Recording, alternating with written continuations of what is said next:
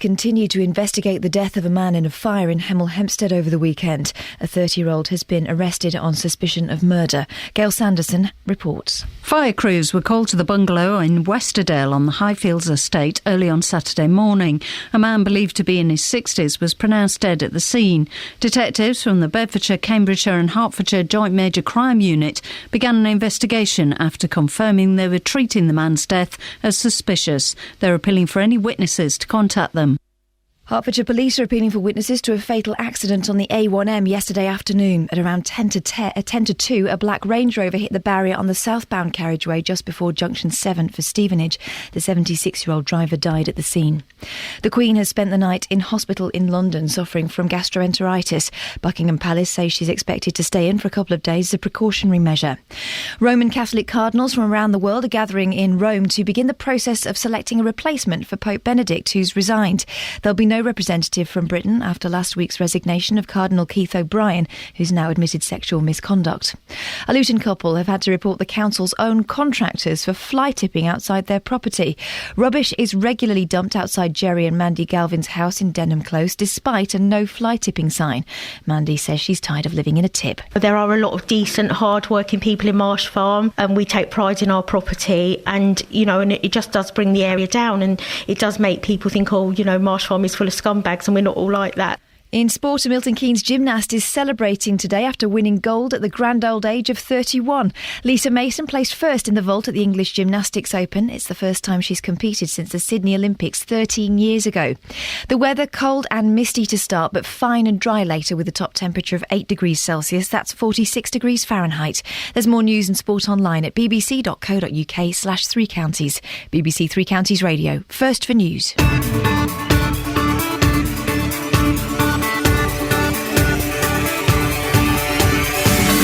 Morning, this is Iain Lee, BBC Three Counties Radio. It's Monday, it's the 4th of March.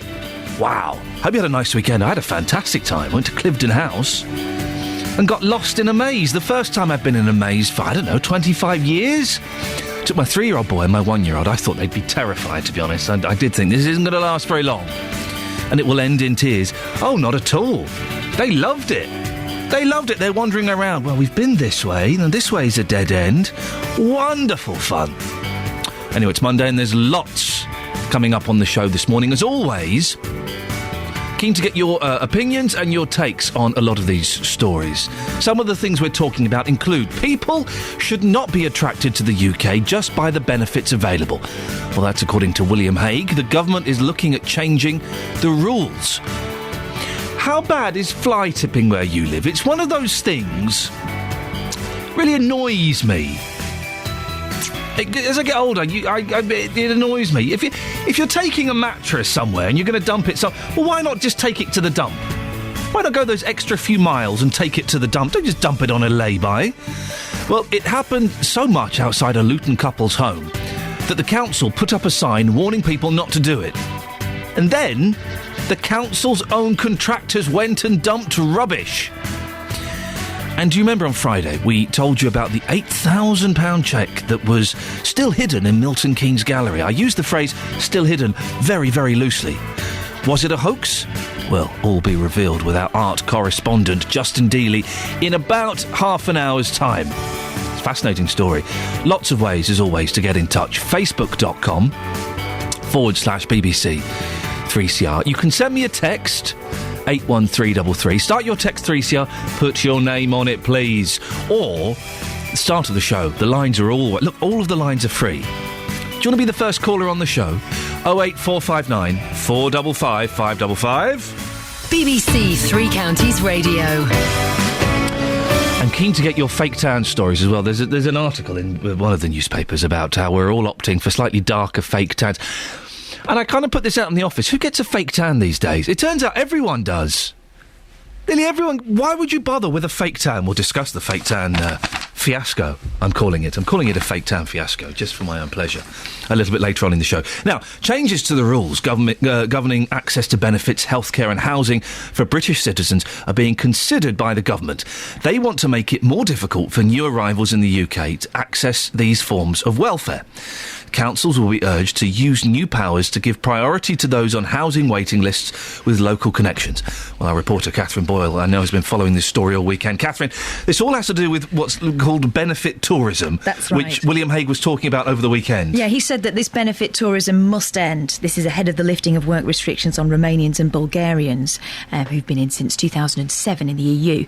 Mr Hague told the BBC that people shouldn't be attracted to the UK just because of the benefits available, and said some people were coming in for artificial and perverse incentives. He thinks that they should be removed, those incentives. So he admitted that the government had no magic figure about how many Romanians and Bulgarians might move to the UK when controls expire in 2014.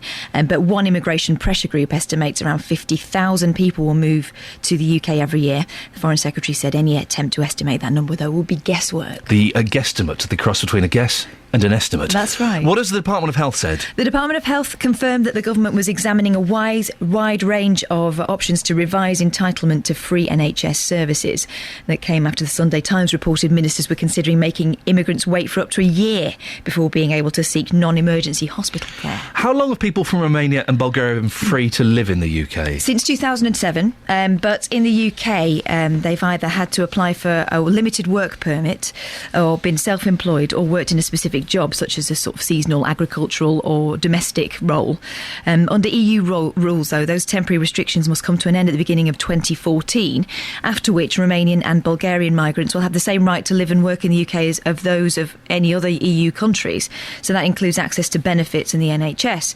Ministers think that the impact of the temporary work restrictions and the fact that 8 other EU countries are also ending their restrictions at the same time as the UK make forecasting the number of Romanian and Bulgarian migrants who might come to the UK difficult to say the least. And what have lobby groups said about this? Well, Migration Watch, which, as you might suspect, supports tighter immigration controls, has predicted this 50,000 Bulgarians and Romanian number that will come to the UK every year when those restrictions are lifted.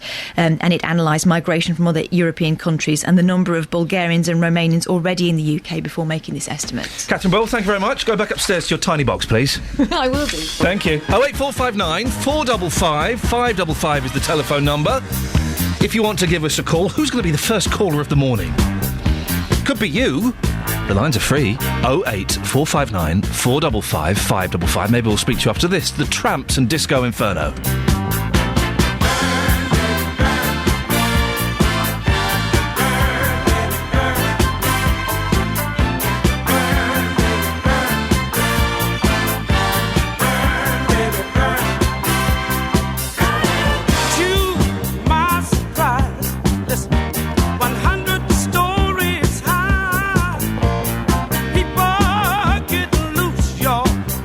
Getting down on the roof to hear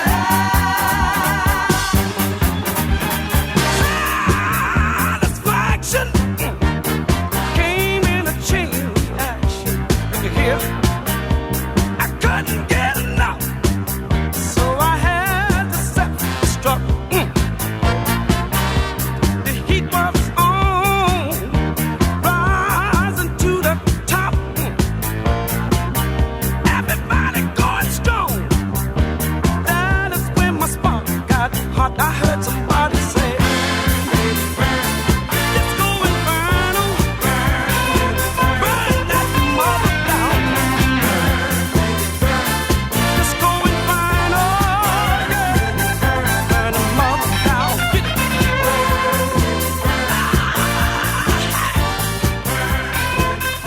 Morning, Iain Lee, BBC Three Counties Radio. So listen, there's a story in the Daily Mail. Of course it's the Daily Mail. It's Britain's favourite newspaper.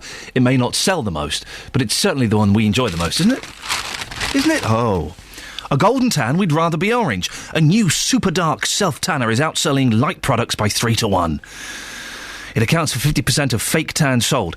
The sales of fake tanning products are worth £100 million a year in the UK. £100 million! I don't know much about fake tans, and we will be crossing later on in the show to our fake tan correspondent, Justin Dealey, who I believed has been putting in over 30 years' worth of research just for this very show. I don't get... he has. I don't get fake... But boy, he's got a... Well, he's more of a sunbed person, I think, and he's got a story about sunbeds that I don't think he can tell on the radio. We'll see. We'll see if we can get him to phrase it gently. I don't get why you would have the fake tan or why you would go for the sunbed. If I'm on holiday and I catch a bit of a tan, well, that's fine, that's fair enough. But I make do with what God has given me. The girls the girls in the office were saying, the ladies who work here with me, my female colleagues, were saying, well, they don't like being pale and pasty. I don't think they're pale and pasty. I like pale and pasty. And I don't get how it works. There are different ones, aren't there? There are the ones you spray on yourself. There are the creams that you rub on. Is that right? Is that right? The creams you rub on. And you kind of just have to let them soak into your skin. And then there are these booths that you stand in and you put like £1 in or something. And you get a pair of paper pants. Well, how good is it going to be if you put £1 in? That can't be any good, can it? I don't know if that... Listen, I may have got this completely wrong. I'm kind of at the edge of my knowledge. If you've had one of these fake tans, these spray tans, or these sunbeds, could you give me a call? There's a few things I want to ask you. The first question is why? Why? 08459 455 555. Because if you've got... You know we can tell you've got fake tan on, yeah? You know that everyone is going, well, they've got fake tan, you look silly. 08459 455 555. I need your fake tan stories, please, if they've gone hideously wrong. Or if you think they have revolutionised your life and turned it round for the better, I'd be keen to hear that as well. I just don't get them. I don't want to say it. I kind of think there's something a little bit sad about the fake tan. You don't need it. What? You don't need it. 08459 455 555. I'm after your fake tan stories this morning, please. Can you defend the fake tan? And has it ever gone wrong? I'm sure it must have done. It's all streaky, isn't it? Here's Sophie Tyler, no connection. Beds, hearts and bucks travel. BBC Three Counties Radio. Good morning. Well, no major problems to be updating you with just yet. Looks like it's all moving fairly nicely out there on the whole. Motorways in particular are looking good. The M1 and the M25 moving very nicely on the sensors. Usual delays yet to creep in. Actually, no problems at the moment on the A414. The A421 also looking good, and no problems on the North Orbital Road. The trains aren't looking too bad at the moment, although we do still have delays of up to an hour on First Capital Connect. Now, that is on the Bedford to Brighton line due to an earlier overrunning engineering works, so we'll bring you more on that as and when it comes in. Sophie Tyler, BBC Three Counties Radio. Sophie, you're a young lady, you go out, you have a social life. Mm-hmm. Do you ever use the fake tan? No, I can't pull it off. I'm too pale and have red hair. I don't think anyone can pull it off. That's the... Do your friends do it? Do you know, not so much anymore, actually. Excellent stuff, Sophie. Well, you're a sensible person some of the time, it would appear. Right, it's 6:15. It's Monday, the 4th of March. These are your headlines this morning on BBC Three Counties Radio. The government is considering changing the rules on benefits, healthcare and housing to make it easier to limit claims by people arriving from other countries. Police continue to investigate the death of a man in a fire in Hemel Hempstead on Saturday. In sport, a Milton Keynes gymnast is celebrating today after winning gold at the grand old age of 31. The weather today for Beds, Herts and Bucks, it's cold and misty to start, fine and dry later, with a top temperature of 8 degrees.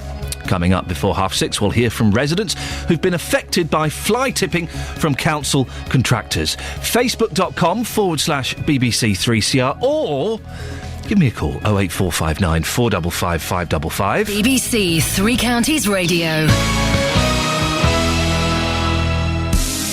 On Tuesday night, Three Counties Sport brings you 4 match choices. Watford at home to Sheffield Wednesday. Handed to Benny towards the far corner. There's the goal. Nketiah. MK Dons host Doncaster. It's 2-0. Luke Chadwick scores. Stevenage entertain Brentford. And a goal for Stevenage. Great counter-attack. And Luton travel to Nuneaton. Real chance now. Great save. Gray is there. Yes. And Gray scores. You choose which game to listen to. Tuesday night from 7, BBC Three Counties Radio.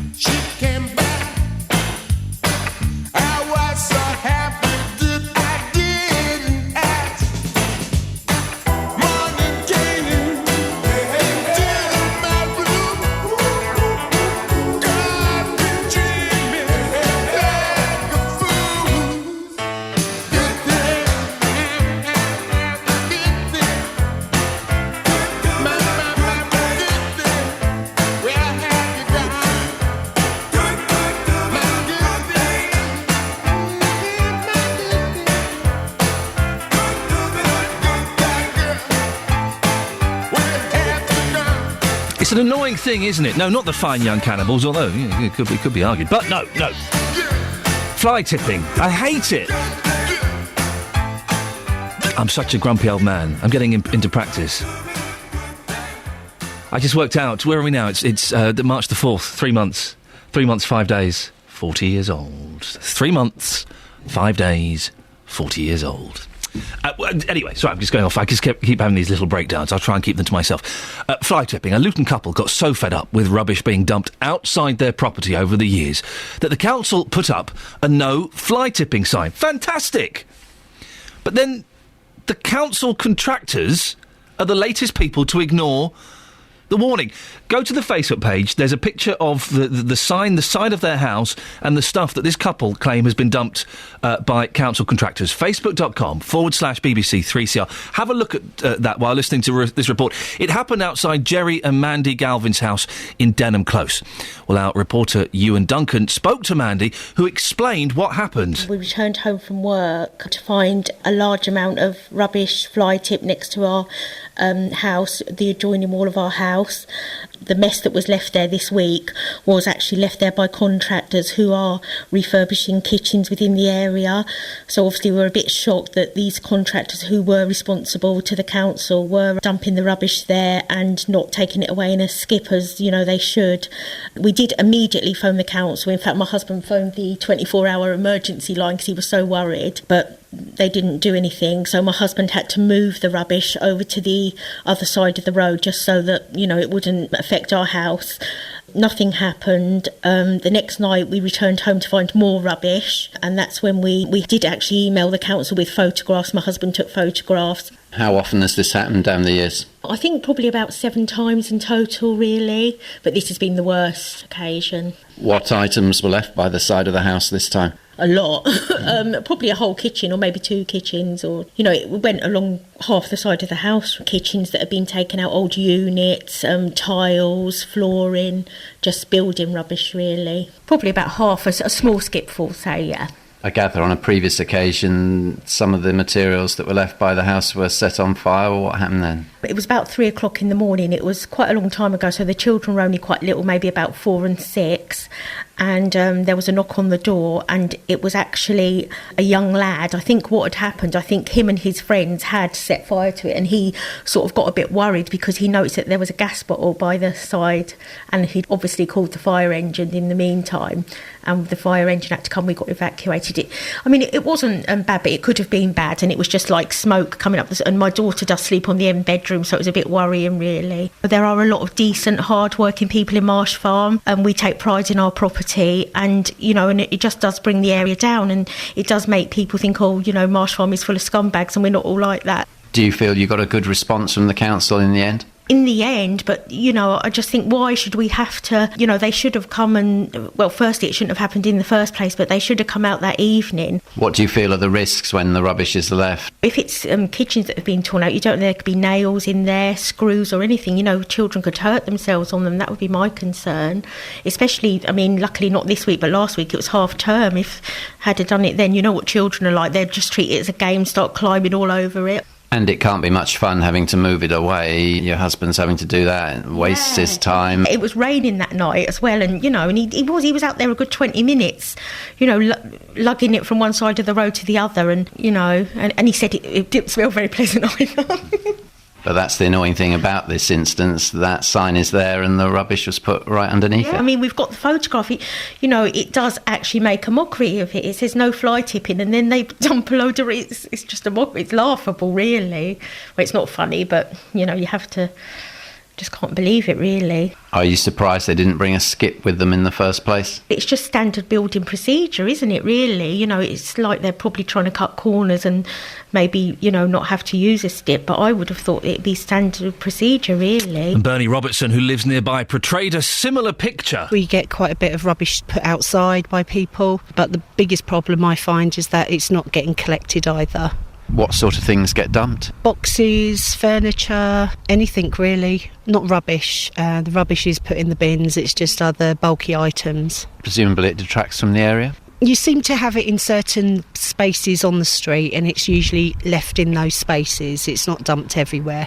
So there'll be corners of the street where people will put rubbish out. Have you tried to have some action taken to remove it? Yeah, we phone the council on a regular basis. Bulky items can be arranged quite easily through the council to be collected, and then we do ring and complain about other things. We had a neighbour fall over, an elderly neighbour, on cardboard that had been left outside, and we ended up having to clear that up ourselves. How bad was that incident? She cut her face and she was on the floor for a little while. and we ended up having to clear that up because nobody else, no council had come out and done it for us. You find that people do put the boxes out on recycling days, but they don't get collected either. So we find it's more of, a council issue, and people just, the bulky items, that's just pure laziness, to be honest. Do you feel you get a good response from the council in general when you need it? No, not really. Not where we, complain about things happening and people hurting themselves because they haven't picked up the rubbish.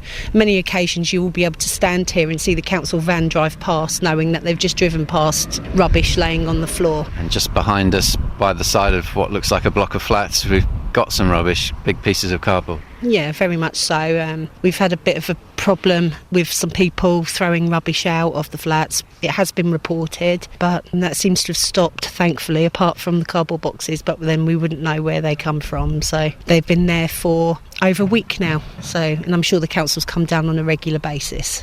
I think every area's got it. I think it's all over the place. You've walked down this street today where there's quite a bit here. I think it's everywhere. Is it difficult for the council to clear it all up when it happens over such a large area? Yeah, maybe, but when they drive down the street and then still drive past the rubbish, that's when you have to question, why? Why have they just driven past it and left it? And that does happen on quite a regular basis. Well, Luton Borough Council says it can confirm that the offending items originally left by the Gavins' house have been removed from the area. It apologises to residents unreservedly for this unacceptable situation, and it will ensure a thorough investigation is undertaken. Go and have a look. Facebook.com/BBC3CR. The pictures there is pretty awful. A lot of boxes and wood and some shelving and stuff. How bad is fly tipping where you live? 08459 455 555. I want to know. It's one of those things. Oh, it annoys me. I know there are bigger things in the world, but it's one of those things that does really, really annoy me. 08459 455 555 is the telephone number if you want to give us a call. Facebook.com/BBC3CR. Your day breaks, your mind aches. You find that all her words of kindness linger on when she no longer needs you. She wakes up, she makes up, she takes her time and doesn't feel she has to hurry. She no longer needs you, and in her eyes you see nothing. No sign of love behind the tears cried for no one. A love that should have lasted years. You want her, you need her, and yet you don't believe her when she says her love is dead. You think she needs you.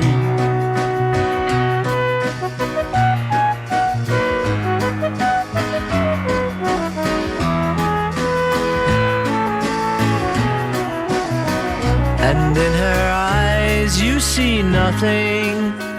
No sign of love behind the tears cried for no one. A love that should have lasted years.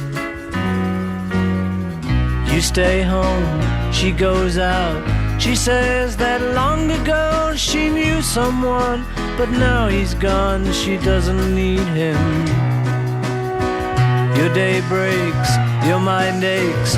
There will be times when all the things she said will fill your head. You won't forget her, and in her eyes you see nothing. No sign of love behind the tears cried for no one. A love that should have lasted years.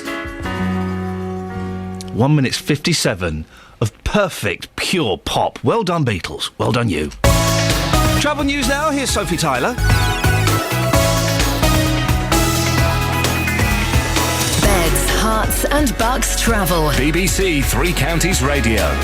Heading through Brackley, the A422 is closed following an overturned lorry and recovery work taking place between Brackley and Charlton Way, causing problems at the moment. It has been closed since around 2:30 this morning. Now, the A405 North Orbital Road also still looking heavy around the M25 junction 21A roundabout, and on First Capital Connect services as well. More delays just between Bedford and Brighton. It's following an earlier overrunning engineering works at Bedford itself. Sophie Tyler, BBC Three Counties. Counties Radio. Getting beds, hearts and bugs talking. This is BBC Three Counties Radio. Good morning with the 6:30 headlines. I'm Catherine Boyle. The government is considering changing the rules on benefits, healthcare and housing to make it easier to limit claims by people arriving from other countries. A 30-year-old man's been arrested on suspicion of murder following a fatal fire in Hemel Hempstead on Saturday.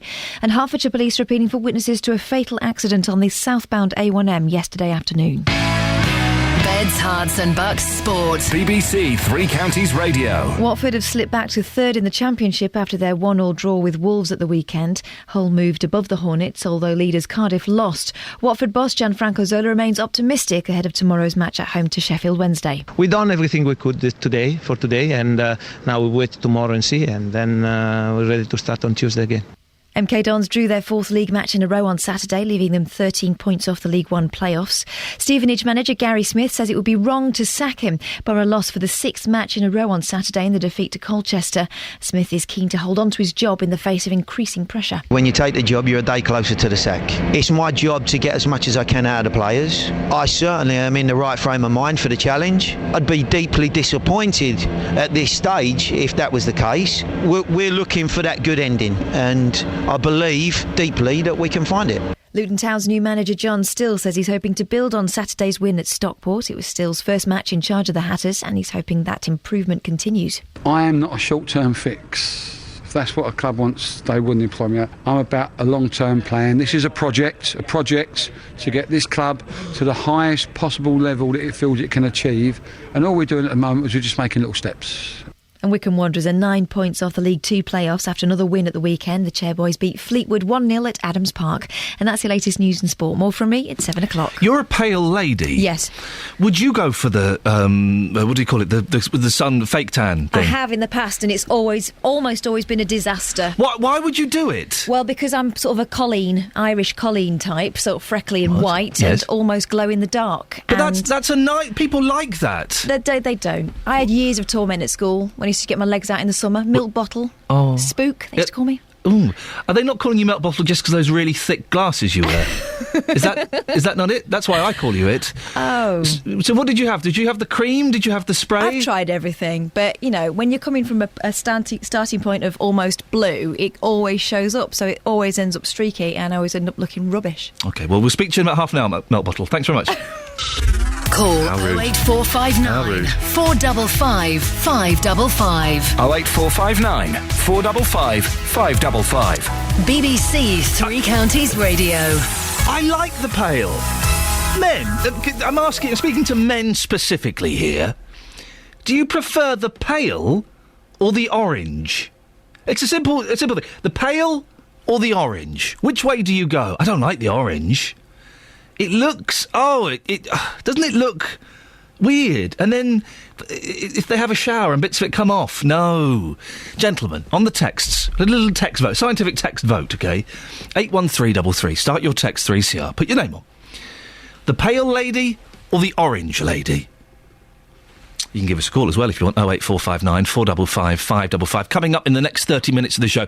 Remember on Friday we told you about the £8,000 cheque that was hidden in Milton Keynes Gallery. Was it a hoax?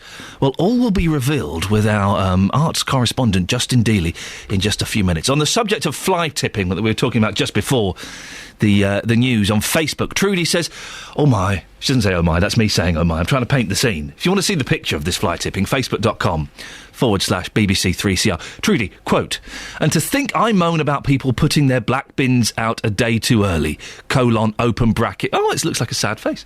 Those poor people who live in that house and close. Warren says, oh boy, there we go. This is just awful. I'm fortunate enough never to have experienced this anywhere I've lived. Benjamin says, are the council... It's council contractors that are doing this, by the way. That's the rub. Are the council or the contractors really that hard up for cash? They can't afford a skip. If I was one of those residents, I'd gather it up and dump it outside council offices. People should stand up to fly tippers. You never see anyone do it. Listen. I've occasionally put the odd thing in someone's skip. there's a skip parked a few streets away from me and I've got some stuff that needs dumping, I've put a few things in there, OK? And that's one of the joys of hiring a skip, waking up in the morning and looking out and seeing what other people have put in there. That's one of the things.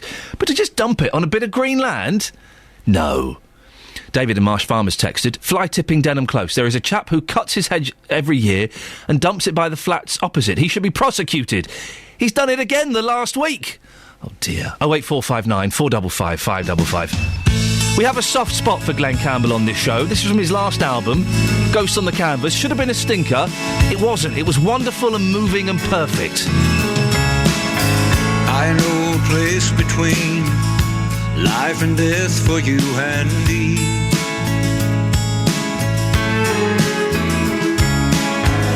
Best take hold on the threshold of eternity and see the ghost on the canvas. People don't see us. Ghost on the canvas. People don't know when they're looking at souls.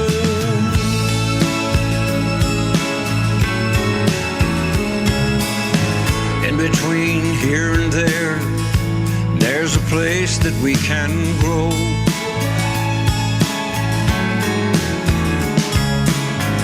Spirits make love in a wheat field with crows, like a ghost on a canvas. People don't see them. Ghost on a canvas. No, they never see souls.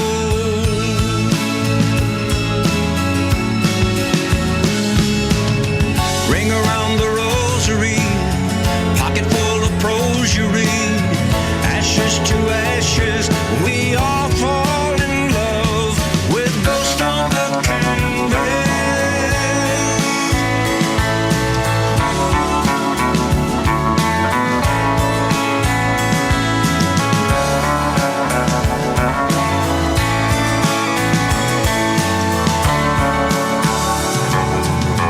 We dream in color, others they color their dreams.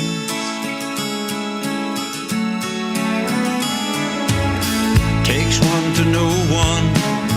The spirit always knows when it's seen.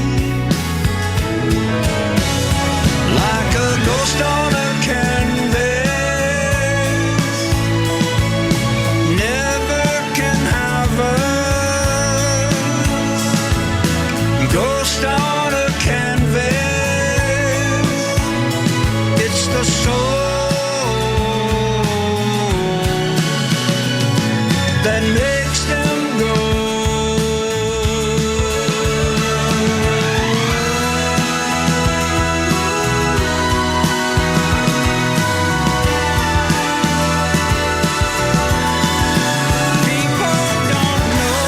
Should have been a stinker, that album. When was it, 2 years ago, maybe? Wasn't. It was brilliant. Listen to him.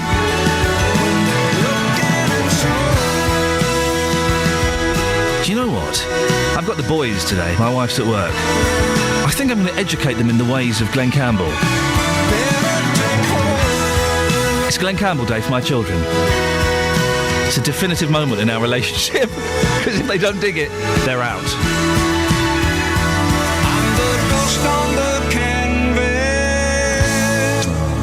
Thank you, Glenn. Now, this cheque in the Milton Keynes Gallery, was it a hoax? Well, artist Thomas Georgeson claimed he'd hidden a cheque for £8,000 in the MK Gallery and said if anyone found it, they could keep it. They write their name in, they get £8,000. He said it was to attract people to the gallery and get more people interested in art. Well, the deadline for finding the cheque was Friday at 2 p.m. It made national news, international news. Thomas said he would make a statement at the gallery on Friday, but did he? Well, our reporter Tony Fisher spoke to people just before the deadline. Have you heard about this artist who's hidden the cheque for £8,000? Yes, I have. And I've heard about it today from my son. So he came and collected me from Asprey Guys, and here I am to look for it. And I've just found out that it's not where the art is, because nobody wants that destroyed or touched. It's in the public spaces. And we've only got 10 minutes. I know. What are you going to do? Oh, rush and find it. He did say, the artist, apparently, to take care. So it's obviously in a slightly precarious position. Oh, right. So we need to climb. We should have bought a ladder. Have you heard about the artist who's hidden a cheque for £8,000 in the gallery? We saw it in the paper last night, didn't we? We just came to see where it is. Yeah. Are you here to try and find it, or are you just here to look at the art? Definitely. I'm trying to keep an eye on it. I reckon it could be in the artwork somewhere. It could either be there. But my main guess is it's going to be by the reception, or it's in a dark room. But have you been here a few times trying to look for it? No, it's the first day today, actually. But it's because it's the last day. I've been rushing around everywhere, and I've been looking for the last half hour. Well, our free cash giveaway correspondent, Justin Dealey. You've been following this story intently, haven't you, Justin? Oh, I have, Ian. I have indeed. You've got a slightly suspicious tone in your voice. But what happened? Friday, 2:00, the artist Thomas Georgeson was going to make a statement. What did he say? Where was the cheque? Well, Thomas Georgeson, the man, of course, with the very arty beard. Our listeners may remember that we tracked him down to his home last week, but he refused to give us an interview. Yes. He wouldn't speak to us or anybody else from the media before this statement at 2 p.m. He was saving it for the statement at 2 p.m. on Friday, Justin. Yes. We're all eager to know, what did he say at 2 p.m? Where had he hidden the cheque? He would not be dictated to by the media. That famous quote, of course, well. At 2 p.m. on Friday, he said to us, I may not turn up. As it turns out, Ian, he didn't turn up at the gallery. Yes, he didn't do it. But the cheque was recovered. Instead of speaking to us, again, he sent us a statement, and this is what it says. This afternoon, my cheque for £8,000 was recovered by one of 4 young graduate artists who have been helping me with this intervention at the Milton Keynes Gallery. The cheque is now void, and the project is concluded. These artists each hold different details about where and how the cheque was hidden, which will provide proof for those who need it should they choose to step into the spotlight. One way or another, as soon as the public here feel a sense of pride in artists who take big risks and achieve success on a national or even international level, any disconnect between the gallery and the public at large will disappear. I do not intend to make any further statement about this project other than to acknowledge my accomplices should they ever wish to come forward. I will not be contactable and am now on holiday. God knows I need the rest. Sorry? I must urge the press not to make any efforts to contact my family. They do not know the answers to your questions. Thank you sincerely. I've got a question. Is he a plum? Yeah. Well, hang on a minute. So apparently there were 4 mysterious lads that we don't know about. No, that's right. Who went and collected the cheque. One out of the 4 did. Without telling anybody. Justin, can I put forward a hypothesis to you? Those 4 lads don't exist, and that cheque was never there, and he's winding us all up. Hey, listen, those 4 people do exist, according to him, and if they wish to come forward and come into the spotlight, whether that be national or international media, they can do at some point. So the cheque was recovered. It was apparently in the gallery all along, but nobody sadly found it, and nobody could get that £8,000. So he claims the cheque was recovered. Of course, we have no evidence the cheque was recovered. We have never seen this cheque. We do not know where this cheque was apparently hidden. Justin, there is a slightly suspicious tone in your voice. What do you... Listen, I know the BBC, impartial, all of that. Forget that for a second. Imagine it's me and you in the Greasy Spoon having a chat. Yep. What do you think? I think it's a fantastic publicity stunt. That's what I think it is. And if it was genuine, and of course, who am I to say it's not, but if it was genuine, Thomas, why didn't you talk to us, and why are you still not talking to us? Apparently, God knows, your words, not mine, God knows I need a holiday. Well, for the last 4 weeks, what have you been doing? You've been sitting at home refusing to talk to the media. Come on. Justin, going off, and you've done brilliant in this story, but just going off on a slight tangent, there is a rumour going around the office that you sometimes use the fake tan. Is this correct? Absolutely, yes. Now, I remember, I'm sure you remember this as well. A few weeks ago, I came back off my holiday, and you said to me, and I've got a quote here, I wrote this down somewhere. Here it is. Wow, you look amazing. That tan looks wonderful. Come here, I love you. That's what you said to me. Did I say those exact words? Exact words. Wow. I actually wrote them down. There you go. That was at 7:21 in the morning during our live outside broadcast. So, yes, having a tan does make me feel better. I know you're talking about this morning. I've got reaction already. I've got 30 seconds here from Karen. Karen doesn't use fake tan, but she has got an opinion. Take a quick listen to this. Now, Karen, you don't wear fake tan, but your daughter does. Does she look orange? No, she doesn't look orange. She looks very pleasant and, how can I say, healthy. Yeah. She has a healthy glow with it. So when she has the fake tan on, it makes her feel a lot better. Is that the gist of this? That is the gist of it, and it's a lot less dangerous than sitting in the sun. Yeah, I agree with fake tan. Quite a good idea. Yeah, no problem. She agrees with it, Ian. I know you're talking about it this morning. In terms of myself, I prefer a bit of a glow to the orange compared to the pale. But a lot of people do use it. I think secretly you use it as well. I think you're being a bit of a monkey this morning live on air, you are, Ian. Look how pale I am. I've got bags under my eyes. I don't use fake tan. But I've seen these photographs of you at the weekend. I think when you get home on a Friday after the show, it's been a long week, you slap it on, you go out at the weekend, and you look slightly orange, but that's your secret. Those photos, Justin, are private, so we're going to end that conversation there. 6:46. It's Sophie Tyler. Beds, hearts and bucks travel. BBC Three Counties Radio. Heading through Brackley, the A422 is still closed following an overturned lorry and recovery work between Banbury Road and Cockley Road, and also looking fairly slow as well. Heavy on the A405 at North Orbital Road, approaching the M25 junction 21A roundabout. Now, anti-clockwise on the M25, it is looking slow where you'd expect, between 26 at Waltham Abbey and 25 at the A10 for Enfield. Again, between 21 at the M1, and also between 17 at Maple Cross and 16 at the M40. Delays of 15 minutes as well on First Capital Connect services between Bedford and St Pancras International, all following overrunning engineering works a little bit earlier. Sophie Tyler, BBC Three Counties Radio. Thank you, Sophie. Right, it's 6:47, Monday the 4th of March. I'm Iain Lee, and these are your headlines on BBC Three Counties Radio. The government is considering changing the rules on benefits, healthcare and housing to make it easier to limit claims by people arriving from other countries. A 30-year-old man's been arrested on suspicion of murder following a fatal fire in Hemel Hempstead on Saturday. In rugby, Saracens are at the top of the Aviva Premiership after beating London Welsh 35-14 yesterday. Coming up, a Buckinghamshire man is annoyed that he can't get his songs into the Eurovision Song Contest because he claims of the BBC's selection policy.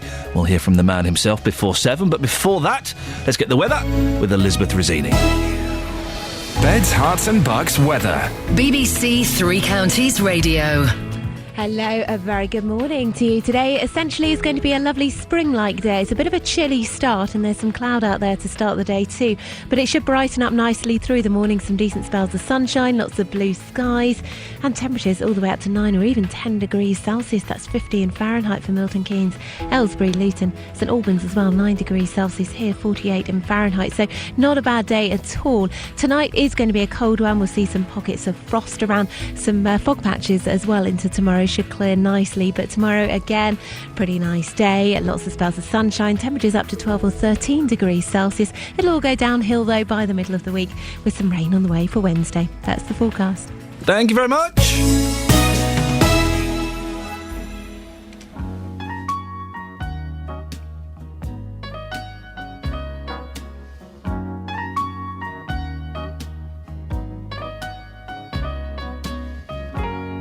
Don't know when I've been so blue.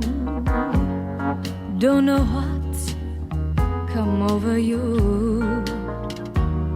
You found someone new, and don't it make my brown eyes blue? I'll be fine when you're gone. I'll just cry all night long. Say it is untrue, and don't it make my brown eyes blue? Tell me no secrets, tell me some lies. Give me no reasons, give me alibis. Tell me you love me and don't let me cry. Say anything, but don't say goodbye. I didn't mean know just what I had. But honey, now I do. And don't it make my brown eyes, don't it make my brown eyes, don't it make my brown eyes blue.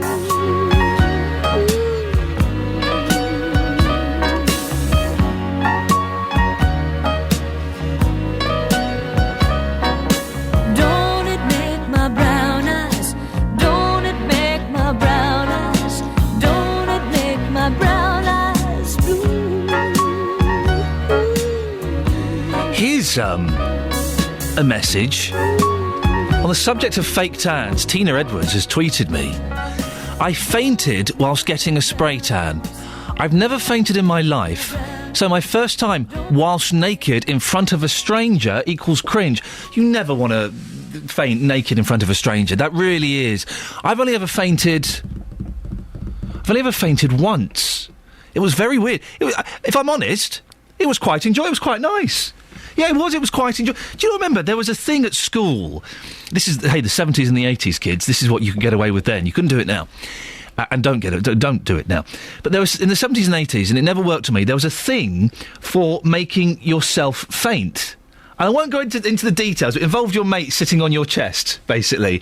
And it was like a big thing in the early 80s. Oh, do you fancy fainting? Yeah, go on then.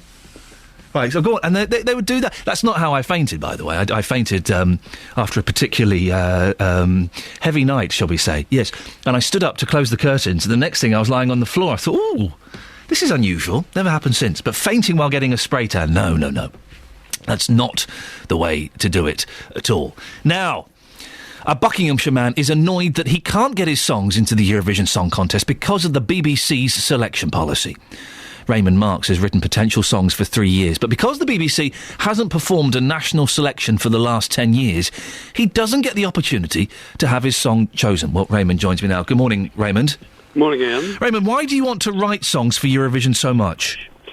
Well, I think it's a very important contest, and, I've sort of old enough to sort of go back to sort of the early days of it. And I think one of the things that's happened is, I don't know if you watched it last year, but Graham Norton's been like a breath of fresh air. He's lifted the whole thing, he's interested, makes it interesting. And it's viewed by an estimated 125 million people, and I think with the UK talent we've got, we're silly to not be in it to win it. So what's wrong with the BBC selection policy? Why has that got you so angry? Well, I wouldn't say angry is quite the word. What I would say is, if I ask people... Furious? How many times in the last 55 years we've competed would you say we've come in the top 5? What would you say? Last 55 years in the top 5, I would say 30. Well, that's bang on. In fact, most people say about 10%. It's 52%. Right. But over the last 10 years, we've only come in the top 5 once. Ah. Now, the big thing is, in the times when we had a national selection, we did much better. In fact, we came second 15 times, would you believe? But was that because of the selection process, or because Eurovision was slightly different, more naive back then? Now it's huger. There are more people involved. There's more politics involved. Well, that's a good point. What I would say is, how can I describe it? Last year was a disaster, despite having a great star, Engelbert Humperdinck. He had a decent song. Someone said because he came first, that was a problem. But, he came 25th, one up from the bottom. I think we've got to be in it to win it, and the BBC choosing the song hasn't been a great success. Andrew Lloyd Webber came 5th when he did his song, and I remember at the time he had one song and 4 or 5 people performed it in front of him. I think he missed the opportunity of taking the twins through to Eurovision. I think then he would have won. He had a pair of blonde twins singing the song, but he took a man through. Ah, you've lost me slightly on the specifics here, Raymond. Listen, we're going to play a little bit of your song in a second. I've genuinely not heard this song. It's the first time I've heard it. You think this song is good enough to go to Eurovision, do you? Yes, well, what I would say is that I think it's good enough to go into the selection process. Right. And then once you go through a selection process, at least the nations behind the song that you're putting forward the BBC just choosing a song themselves hasn't been a great success. Like Blue with I Can, their manager said if they don't win, it's career suicide. I think they came 11th. So I think our song In the Light is the one that could have won the Eurovision Song Contest given the chance. Well, In the Light is the song we're about to play. You think it could be a winner. Raymond, would you like to introduce your song? Yes. Now, the singer is Sarah Lilly. I think she's on the cusp of being a great star. And I suspect that's part of the trick, because the big stars, Beatles, Rolling Stones, even Adele, have never seemed to have been in the Eurovision Song Contest. So you've got someone who's a great singer on the cusp of being a great star. It's called In the Light. It was written by myself and Nana Elliott, who's actually from Georgia, East European Georgia, and a local rock celebrity, Les Payne, did the actual production.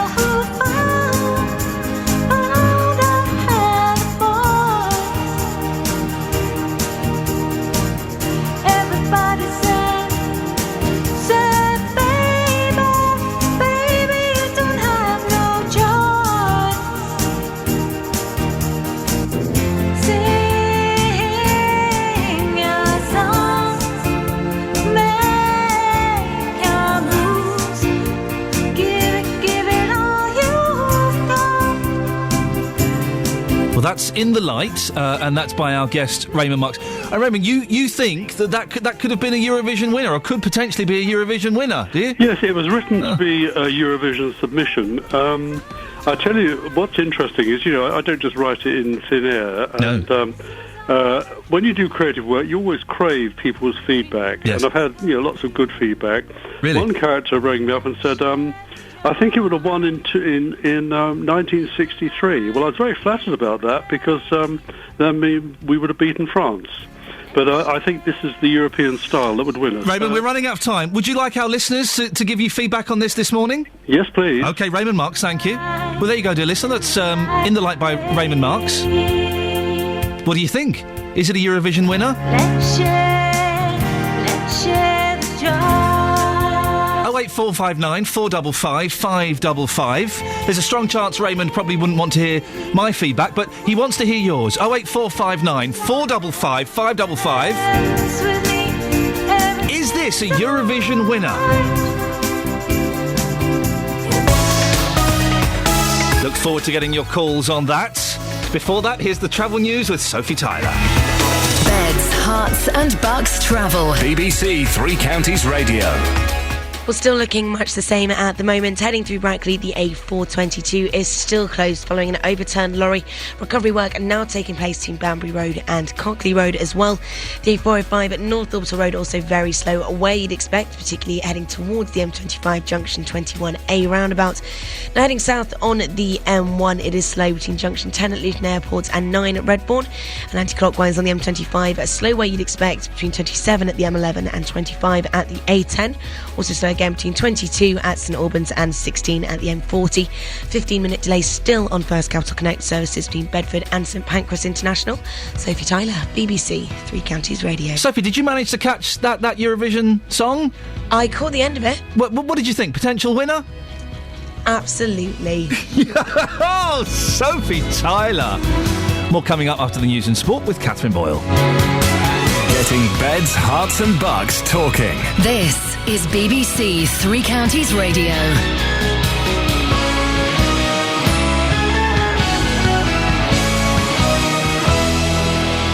Good morning, it's 7 o'clock. The headlines: proposals to stop benefits tourism, man questioned after fatal fire, and a night in hospital for Her Majesty the Queen. BBC Three Counties Radio. Ministers are considering changing the rules surrounding benefits, healthcare and housing to make it easier to limit claims by people arriving from other countries. Controls on the freedom of movement of Romanians and Bulgarians imposed when the two countries joined the EU in 2007 expire at the end of the year, and there have been predictions that many could head for the UK. The changes would affect British citizens too, as our political editor Nick Robinson explains. Ministers have concluded that if they want to stop Romanians and Bulgarians getting some forms of welfare, they may have to stop some Britons getting them too. Councils will be urged to use new powers to give priority on council house waiting lists to those with local connections, which could make it harder for someone from one part of the country to get housed in another. Ministers are also examining the possibility of linking some benefits to contributions, which would have the effect of excluding new arrivals from eligibility. Police are holding a 30-year-old man on suspicion of murder following a fire in Hemel Hempstead on Saturday. Gail Sanderson reports. Fire crews were called to the bungalow in Westerdale on the Highfields estate early on Saturday morning. A man believed to be in his 60s was pronounced dead at the scene. Detectives from the Bedfordshire, Cambridgeshire and Hertfordshire Joint Major Crime Unit began an investigation after confirming they were treating the man's death as suspicious. They're appealing for any witnesses to contact them. And Hertfordshire Police are appealing for witnesses to a fatal accident on the A1M yesterday afternoon. At around 10 to 2, a black Range Rover hit the barrier on the southbound carriageway just before junction 7 at Stevenage. The 76-year-old driver died at the scene. The Vatican's likely to hold an internal inquiry after Cardinal Keith O'Brien last night admitted sexual misconduct. His fall from grace has come at a sensitive time for the Catholic Church as cardinals gather in Rome to decide a successor to Pope Benedict, who resigned last week. The Queen has spent a night at the King Edward VII Hospital in London, where she's being treated for the symptoms of gastroenteritis. She was admitted yesterday after being taken there by car from Windsor Castle. With more details, here's our royal correspondent Peter Hunt. The Queen has spent the night in reasonably unfamiliar surroundings, a private hospital she was last a patient at 10 years ago. She's being assessed, as a precaution, says the palace, for what it's calling symptoms of gastroenteritis. The 86-year-old monarch is said to be in good spirits, but the nature of her treatment hasn't been made public. It could include tests to establish if the symptoms she's been suffering from have been caused by an infection or an underlying problem. As things stand, the Queen is expected to leave hospital in the next day or two, and at some stage she will resume the role to which she has committed much of her adult life. Luton Borough Council have apologised for fly tipping outside a Marsh Farm couple's home. The local authorities' contractors dumped a kitchen in front of Jerry and Mandy Galvin's house, right underneath the council's own no fly tipping sign. In sport, a Milton Keynes gymnast is celebrating today after winning gold at the grand old age of 31. Lisa Mason placed first in the vault at the English Gymnastics Open. It's the first time she's competed since the Sydney Olympics 13 years ago.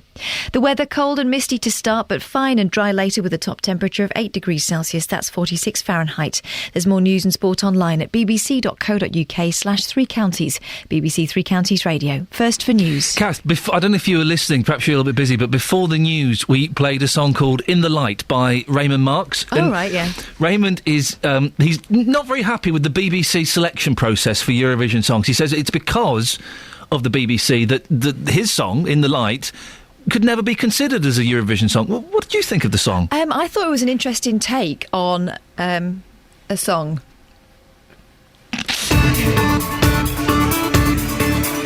She's very naughty, that Catherine Boyle. Very naughty. If you heard the song, maybe we'll play a little bit a bit later on. I think we'll do that, because if you heard the song, keen to get your thoughts. It does seem it's a closed shop, doesn't it, the Eurovision Song Contest? And should it be open to people like Raymond? We'll discuss that a bit more. Other things coming up between now and 8 o'clock. People should not be attracted to the UK just by the benefits available. That's according to William Hague. Well, the government is looking at changing the rules. I'll be speaking to Don Flynn, director and founder of the Migrant Rights Network, to see what he thinks.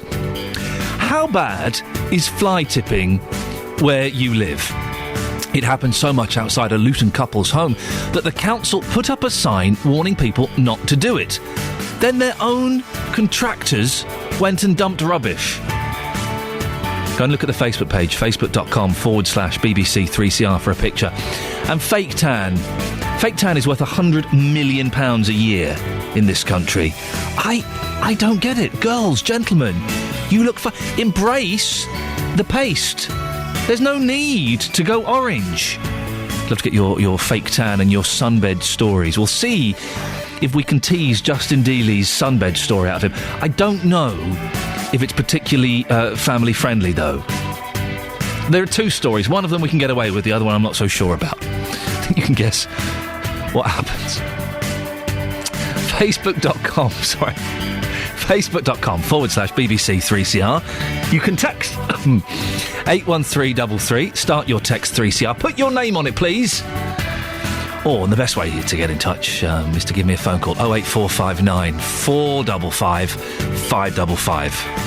BBC Three Counties Radio. Changes to the rules governing access to benefits, healthcare and housing for British citizens are being considered by the government. They want to make it more difficult for new arrivals in the UK to access these forms of welfare.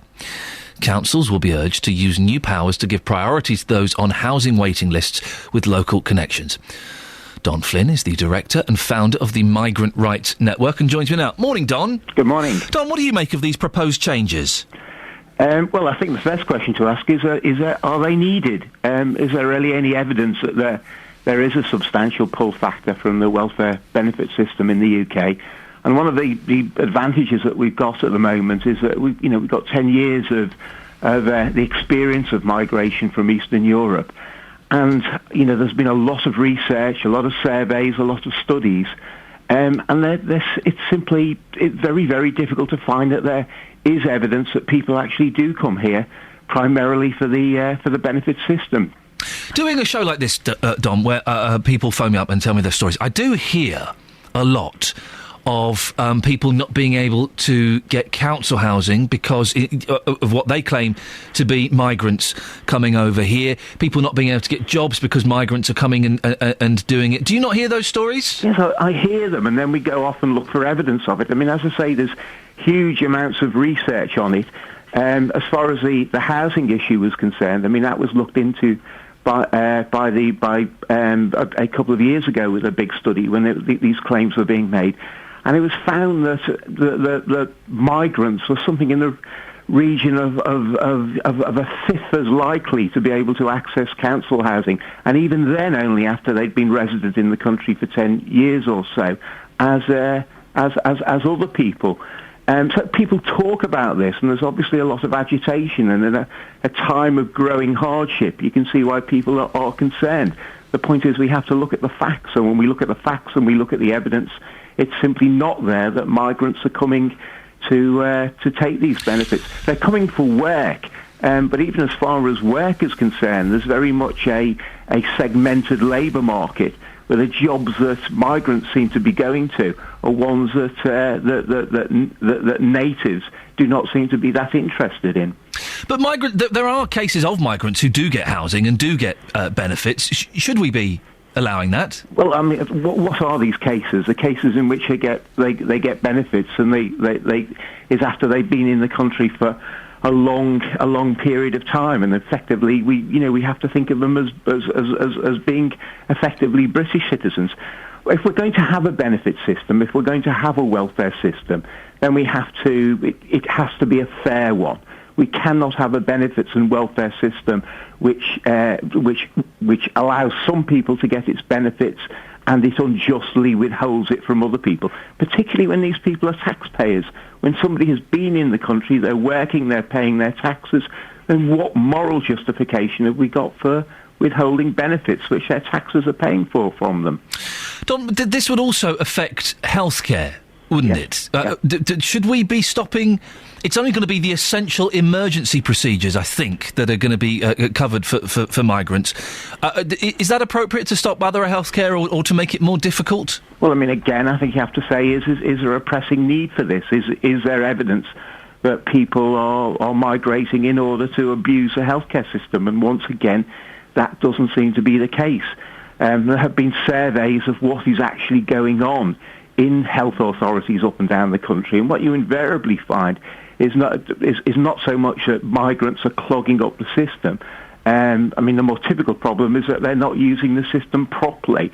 Rather than registering with GPs, when they do find themselves ill or injured, they're going to accident and emergency departments, which the authorities would rather they did not.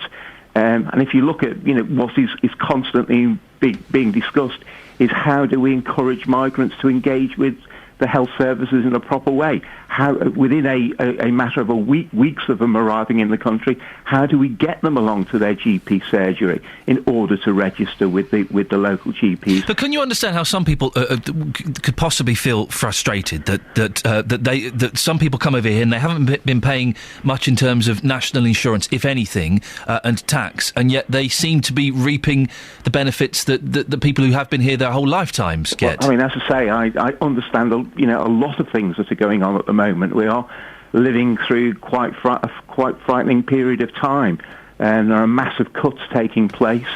There's privatisation. There's all sorts of things that people don't understand taking place, and they do appear to be looking for somebody to blame for it. That's what I think this is all about. Looking in quite a lot of detail at what was going on in the Eastleigh by-election last week, there was an awful lot of completely unjustified claims that were being made against migrants. It did seem to be the case that a lot of politicians were working the system as much as they possibly could in order to divert blame from themselves onto another group of people. And that's what I really do think is happening. This is a game of blame the migrants. They're an easier group of people to lay the blame on than the people who really are responsible. Don, I appreciate your time. Thank you, Don Flynn, Director and Founder of the Migrant Rights Network. Interesting what he had to say. What do you think? 08459 455 555. Call 08459 455 555. 08459 455 555. BBC Three Counties Radio. Earlier on, we spoke to Raymond Marks. He's a local songwriter, and he is upset with the way the BBC chooses their entries for Eurovision. He thinks it's unfair, and it would stop songs like his, In the Light, being chosen.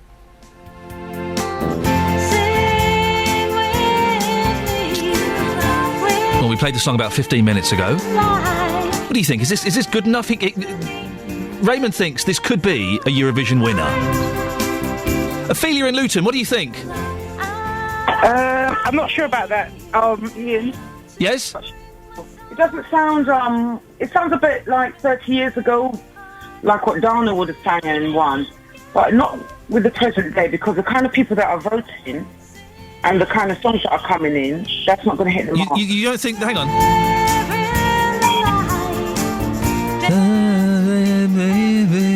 In the light. You don't think that's quite catchy? It's only the second time I've heard it, and I can sing along to the tune. What? Here we go. Ooh, down in the light. What's wrong? It's catchy, isn't it? Down in the light.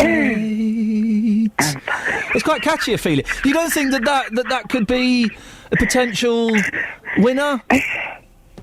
You okay? You're right. What happened? Ophelia, are you crying? Has it moved you? No. No. You were singing. No. Sorry? Oh my gosh, you were singing it. I'm sorry. I was singing it because that's... No, Iain, I'm sorry. Sing it a little bit more, but it's not a Eurovision level song. Look at what's been winning and the kind of people that are voting. Yeah. It's a nice song. Yeah, but no, it's not going to win. It's not going to actually get one vote. No disrespect intended. Serious, look at who's voting. It's all them young people. I watch Eurovision to see what the latest outrage they're going to be wearing or the latest outrage they're going to be singing. I don't even watch all of it. It's not my kind of thing. We've got a couple of comments, and I do think this is, Raymond is. I've written songs, and exposing your soul in a song is a brave thing to do, and good luck to him. But Rebu Bridges has posted on Facebook. If that song was the UK entry, we stand less of a chance than our normal major fail. It was awful. Exactly. Peter Warby says Next Door's Cat has got more chance. What's Ophelia? Are you crying? Has it touched you? No. It's funny. I'm sorry. Ophelia, I'll ask you the question. What songs have you ever written? No, Oh, exactly. Unbelievable. Let's get your comments on that. Give us a call. But before that, the travel news with Sophie. Beds, Hearts and Bucks travel. BBC Three Counties Radio. Heading through Brackley, the A422 is still closed in both directions following an overturned lorry and recovery work between Banbury Road and Cockley Road. The A405 at North Orbital Road also still very slow approaching the M25 at junction 21A roundabout. Now heading south on the M1 also slow between junction 10 at Luton Airport and 9 at Redbourne, and very slow as well between 27 at the M11 and 25 at the A10 for Enfield. Also slow again between 22 at St Albans and 16 at the M40, and delays of 15 minutes still in place on First Capital Connect between Bedford and St Pancras International following overrunning engineering works. Sophie Tyler, BBC Three Counties Radio. Thank you, Sophie. Dancing in the light. It's quite catchy. It's growing on me. Morning, it's 7:16. These are your headlines on Monday, the 4th of March on BBC Three Counties Radio. The government's considering changing the rules on benefits, healthcare and housing to make it easier to limit claims by people arriving from other countries. Hertfordshire police are holding a 30-year-old man on suspicion of murder following a fire in Hemel Hempstead on Saturday. In sport, Watford have slipped back to third in the Championship after their 1-1 draw at Wolves at the weekend. The weather today for Beds, Hearts and Bucks: cold and misty to start, fine and dry later with a top temperature of 8 degrees. Coming up, the Borough Council put up a no-fly tipping sign on the side of Jerry and Mandy Galvin's house in Denham Close. But they say council contractors are the latest to ignore the warning during work on neighbouring homes. Well, before 7:30, we'll be speaking to Mandy and local resident Bernie Robertson. Go and have a look at the picture, facebook.com/BBC3CR, and give us a call. Let me know your fly tipping stories. Are you brave enough to admit that you've actually done it? 08459 455 555. BBC Three Counties Radio. Tackling your consumer problems on BBC Three Counties Radio. Don't worry about that loan now. The whole amount has just been taken off. You don't owe a penny. Gosh, I can't believe this. Jonathan Vernon Smith. This has been 6 years of hell. Fighting for your rights. You've done more in 2 weeks than I've done in 6 years. I can't thank you enough. You've fought it and you've won it. Well, you won it for me. Thank you so much, Jonathan. If you have a consumer problem, we can do the same for you. Call the team now. 08459 455 555. BBC Three Counties Radio. It really is the kind of thing that does annoy me, because I'm a grumpy old man, and I embrace that. But there is a Luton couple that have been so fed up with rubbish being dumped outside their property over the years. The council, very generously, put up a no-fly tipping sign.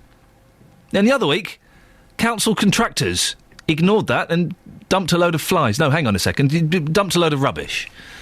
Well, lots of you have been looking at the Facebook page and leaving your comments. Facebook.com/BBC3CR.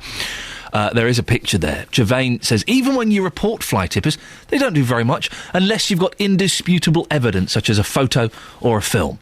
So that's what these residents need, to set up floodlights and a camera. Well, yeah, a camera can't be beyond the power of the council to install, can it? Chris says, fly tippers dump rubbish anywhere. It can be a street, a country road or private land. It's hard to prove who dumped the rubbish, as it could be residents, contractors or bone-idle people. People are quick to complain to the council that they should do something, but with no proof, how can they? And even with the proof, will the costs pay off after chasing the tippers? Councils are strapped to this. Chris, you can't be saying that they should not complain to the council. Of course they should. Colin says a friend was driving in Beds when she saw fly tipping in progress. She called the police, who asked her if she was willing to testify against the tippers. She said, if you come now, you'll catch them and not need me as a witness. The police said they did not have anyone available to attend and again pressed her to be a witness. She refused on the grounds that she felt she would be targeted for retribution. Well, this is happening outside Jerry and Mandy Galvin's house in Denham Close, and we can speak to Mandy Galvin now. Morning, Mandy. Morning. So what's been this has happened several times. What's been left by the side of your house? Well, the latest incident, we've got contractors in the area putting in new kitchens for the council, and we got home Tuesday evening and they'd dumped all the old kitchens that they'd ripped out of the premises next to our house. And ironically, it does say we've got a sign on there saying no fly tipping. Well, to be honest, Mandy, it makes a cracking picture because you have got that wonderful sign quite high up, and then below it, a load of old junk. What did you think when you came home on Tuesday and saw all of this? We couldn't believe it, really. I mean, we did get onto the council straight away. I mean, it was quite late in the evening, but we even phoned the sort of emergency number because we have had rubbish dumped outside before, and on one occasion it did get set fire to, which is obviously really dangerous. So my husband, they said they'd come out and move it, and they didn't, so my husband had to move it all away from our premises on his own, so... Who set fire to it, do you know? I think it was children in the past. It happened sort of like the early hours of the morning. Well, they shouldn't be out at the early hours of the morning, let alone setting fire to rubbish. So what kinds of things... So this time it was kitchens and things. What kinds of things have been dumped there in the past, Mandy? On one occasion we did actually have a gas canister, which was obviously quite dangerous. Oh, right, yeah, that's nice. General rubbish that they're too lazy to sort of take up to the rubbish tip, really. How far away is the rubbish tip from you? Probably about a 10-15 minute drive. Wow. And, you know, the council do come and pick it up free of charge if you leave it out on the bin day and sort of arrange it with them, so I can't understand why people are so lazy to do it, really. Now, the no fly tipping sign that's up there, and again, people can look at this on the Facebook page and see this picture, that was put there because of your complaints, wasn't it? It was, because of this fire incident. Obviously, we got in touch with the council, the fire brigade actually had to come, and so the council actually put that notice there on our behalf. And then it's ironic that it's their contractors who are now sort of, you know, leaving all the mess there. Now, the stuff has been cleared away, hasn't it? It has, but it took until Friday evening, and we reported it on the Tuesday. Oh, you don't want that. And I do only think it's because yourselves got involved. I mean, we phoned, we actually emailed an official complaint, sent in the photo, and nothing seemed to be done until I know you got in touch with them on our behalf midday Friday. Yeah, well... That's they sort of straight out within about 10 minutes. Mandy, that's what we like to do. That's what we. That's one of the many reasons that we hear. Have the council said anything to you? No, they haven't. There was a note through our door to just say apologies. The rubbish will be moved within 10 minutes, and this was about 12:10 on Friday. But they haven't really been in touch with us since. Actually, I think they did come and see my husband. Right. When I was at work. It's fine them moving it, okay, but if it's their contractors, they're people that are dumping it there, then they surely have the powers to... They've sent us a little statement. Luton Borough Council says it can confirm that the offending items originally left by your home have been removed from the area. It apologises to residents unreservedly for this unacceptable situation, and it will ensure a thorough investigation is undertaken. Good enough?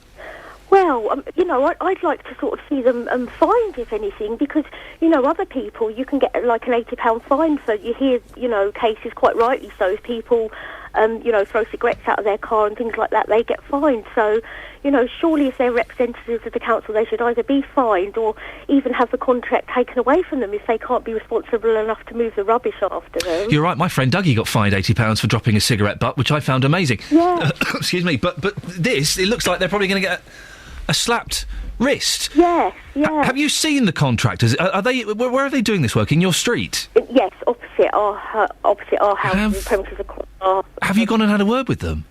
No, because we're at work during the day, really, so we don't really get to sort of see them. Yeah.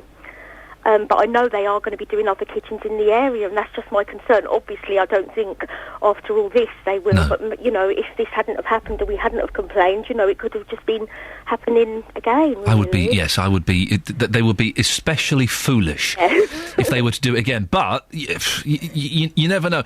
I would never say... What are you and your husband like, Mandy? Are you either of you quite feisty? Not really. No. I'm certainly not. My husband's probably more out of the two. He's not feisty. He just, you know, he just doesn't like, you know, injustice and things. And obviously, he's quite protective of the family. And he was just worried. I think, you know, that it was quite frightening when that fire got set. Of course. It was a few years ago now, but and we try and keep our, you know, we all go to work. We work hard. We try and keep our environment nice. Yeah. And you know, it's just an eyesore, really. You know, Marsh Farm has got a bit of a reputation, but there's a lot of decent people living here who want to keep our areas nice. Mandy, if I were you, if I were you, I would go and have a word with those buildings and say, "Oi! Don't you dare do that again. But if that's not in your nature, that's not in your nature. But I would suggest that you keep badgering the council and say, look, this is great, this has been cleared up. Can we get an apology, please, and an assurance that none of your contractors will be doing this again? Yes. I think that's definitely worth pursuing. And now they know that BBC Three Counties are involved, then that might give you a little bit more weight. Definitely. I shall certainly do that. I shall write to them today. Do send them a letter. Mandy, listen, thank you very much. It kind of sounds like a trivial thing. Go and look at the picture. It's not. Facebook.com/BBC 3CR. And if this stuff's been set alight in the past, and a gas canister has been left behind, I would be stomping over there, knocking on the door and saying, "Oi! That lot! Move it! You do that again, you wait and see what happens." 08459 455 555 is the telephone number. All over the place this morning. We're talking about fake tans as well. There's a thing in the mail. The fake tanning products. These are just the products, the creams and things. This isn't the sunbeds. These are the creams and the sprays. They're worth £100 million a year in the UK alone. What? Who is buying this stuff? Why are you buying this stuff? Just make do with what you've got. Listen, when in the summertime, when I put my shorts on, it's not a pretty sight. Horrible bandy legs. Don't laugh, producer Laura. Don't laugh.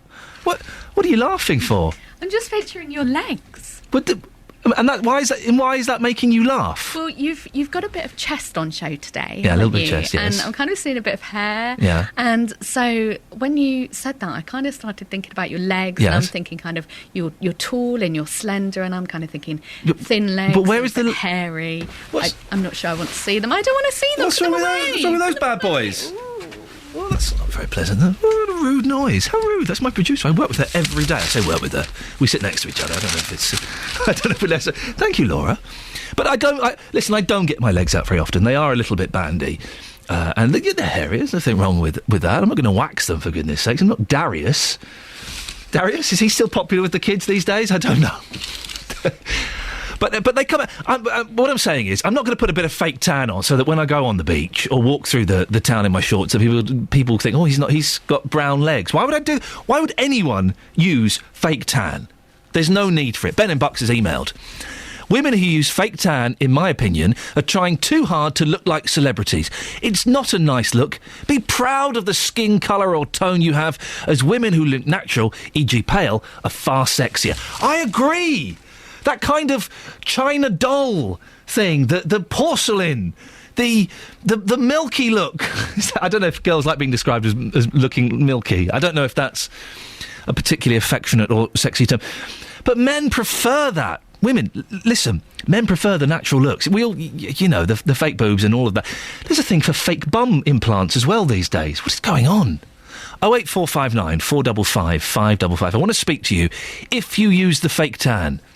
We'll be speaking to Justin Dealey a bit later on. I'm trying to work out if I can get him to tell both of his sunbed stories. He can definitely tell one. The other one, I think it's a little bit too rude. To tell. Travel news now. Sophie Tyler. Beds, Hearts and Bucks travel. BBC Three Counties Radio.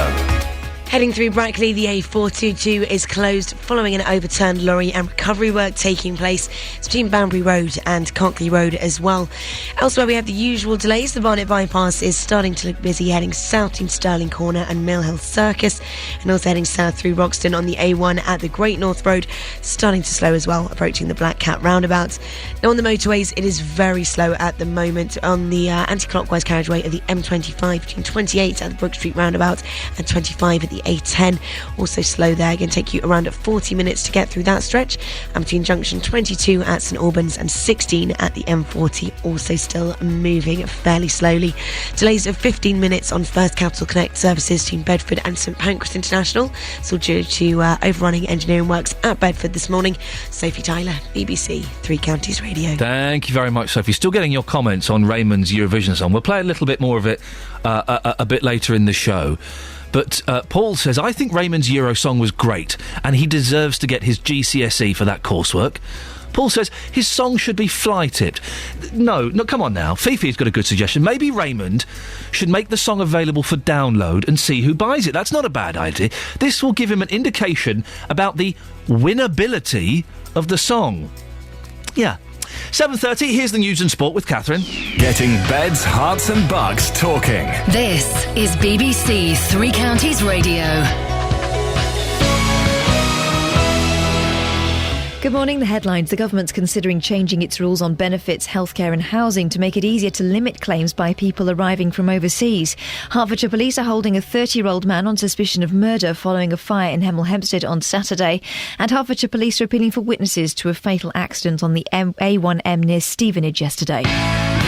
Beds, Hearts and Bucks Sport. BBC Three Counties Radio. Watford has slipped back into third in the Championship after their 1-1 draw at Wolves at the weekend. Hull moved above the Hornets, although leaders Cardiff lost. Watford have the chance to redeem themselves and they play Sheffield Wednesday at home tomorrow. MK Dons drew their fourth league match in a row on Saturday. It leaves them 13 points off the League One playoffs. Boss Carl Robinson was frustrated with the result, although he had support for his players. For some unknown reason, it's just not happening. It was good to see Dean Bowdy's back up there. Shaddy looks like he's getting a little bit near his best. Powley was a bit of a threat second half. Lyons, he's still adapting. But that's a very, very strong performance. I don't remember really being under too much pressure in the whole game, other than probably the 15 minutes in the first half. Stevenage manager Gary Smith said it would be wrong to sack him after Borough lost the sixth match in a row on Saturday in a defeat to Colchester. Luton Town manager John Still says he's hoping to build on Saturday's win at Stockport. It was Still's first match in charge of the Hatters and he's hoping that improvement continues. I am not a short-term fix. If that's what a club wants, they wouldn't employ me. I'm about a long-term plan. This is a project to get this club to the highest possible level that it feels it can achieve. And all we're doing at the moment is we're just making little steps. Wycombe Wanderers are 9 points off the League 2 playoffs after beating Fleetwood 1-0 at Adams Park. Finally, rugby. Saracens have moved to the top of the Aviva Premiership table after beating London Welsh by 35 points to 14 yesterday. There were trials from Joel Tompkins, Will Fraser and David Strettle, plus a penalty try giving Saracens their bonus point win. And that's your latest news and sport. More from me at 8 o'clock. Across beds, hearts and bucks, this is Iain Lee on BBC Three Counties Radio. Morning. Coming up in the next 30 minutes, the Queen has spent the night in hospital in London suffering from gastroenteritis. I'll have the latest on how she is next. And the Chief Constable of Bedfordshire Police has been in the news this weekend. Why? Well, because of the way he boosts staff morale. It's a handy little tip. I think we could all learn from it. I'll reveal all in the next 20 minutes. 08459 455 555. Now, the Queen has spent the night at the King Edward VII Hospital in London, where she's being treated for the symptoms of gastroenteritis. She was taken by car from Windsor Castle to the hospital yesterday, 2 days after first becoming ill. Our reporter Simon Thompson joins us now. Morning, Simon. What's the latest on the Queen's condition?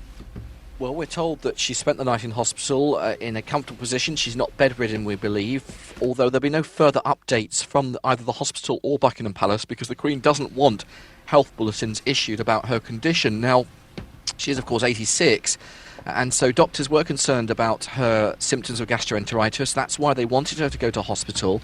She was driven there in a private car yesterday, didn't want to go in ambulance, didn't want fuss being made, we're told, and although her own details of her illness first emerged on Friday night and she was forced to cancel a trip to Swansea on Saturday to mark St David's Day.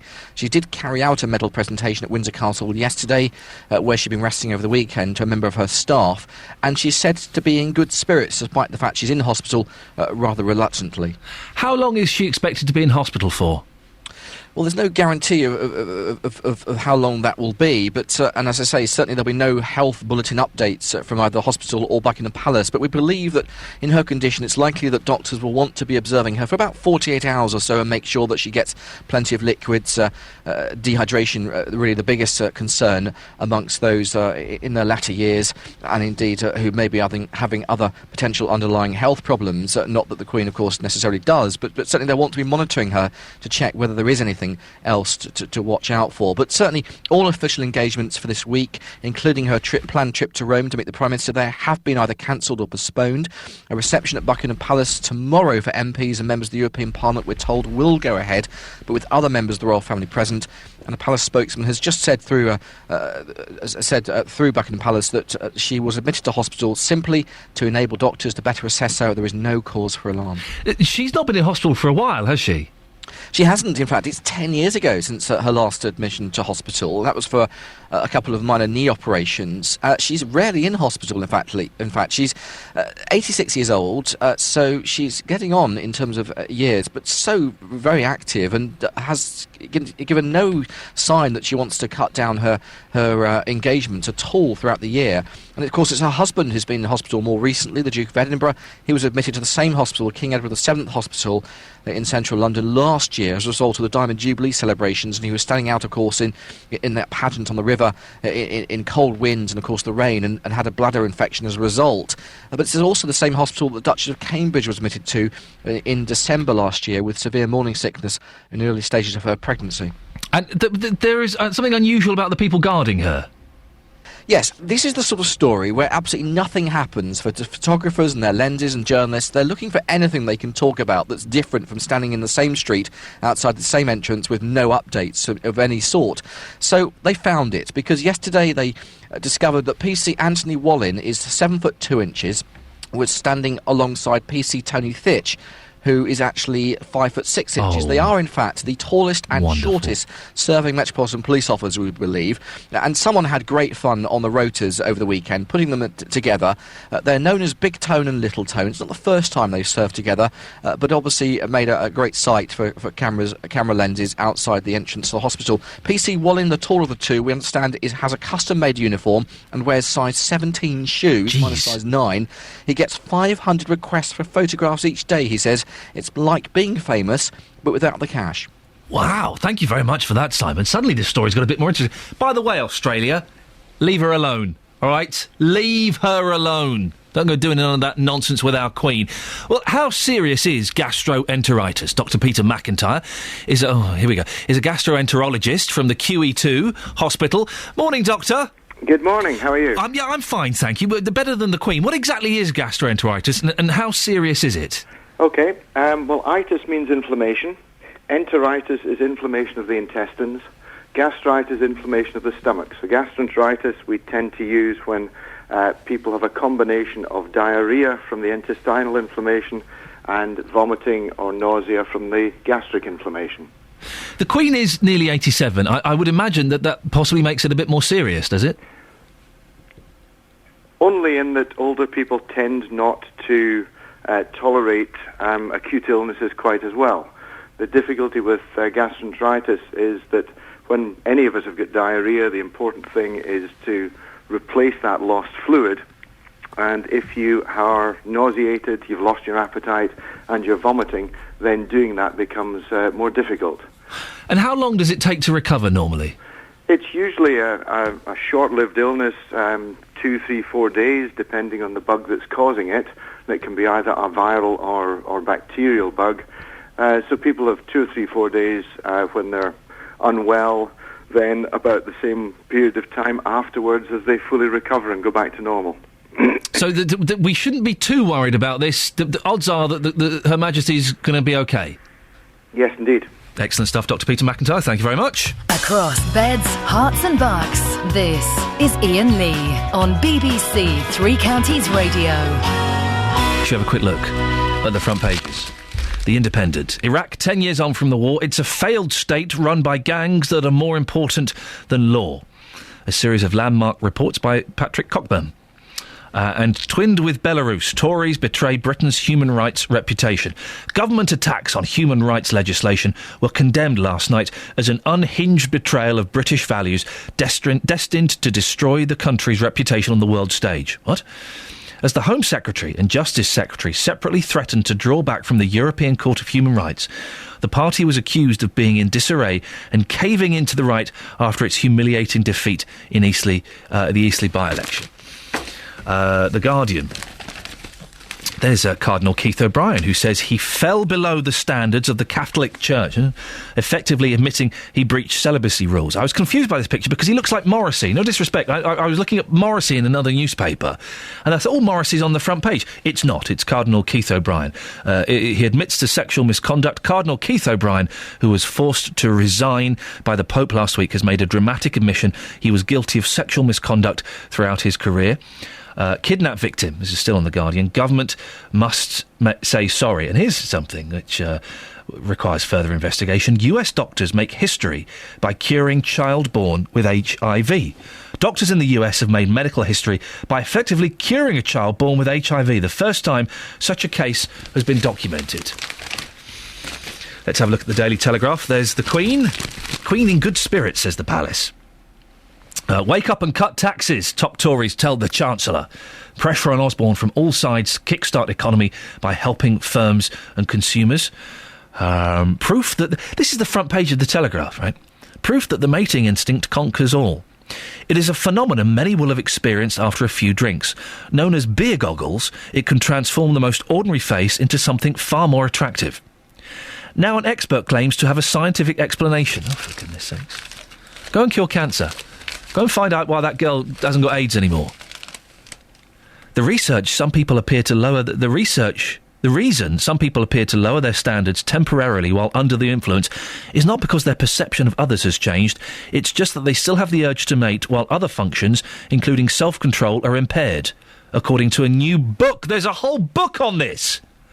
Dr. Amanda Ellison, senior lecturer in the Department of Psychology at Durham University, claims that the brain is designed so that the urge to mate is preserved above all else.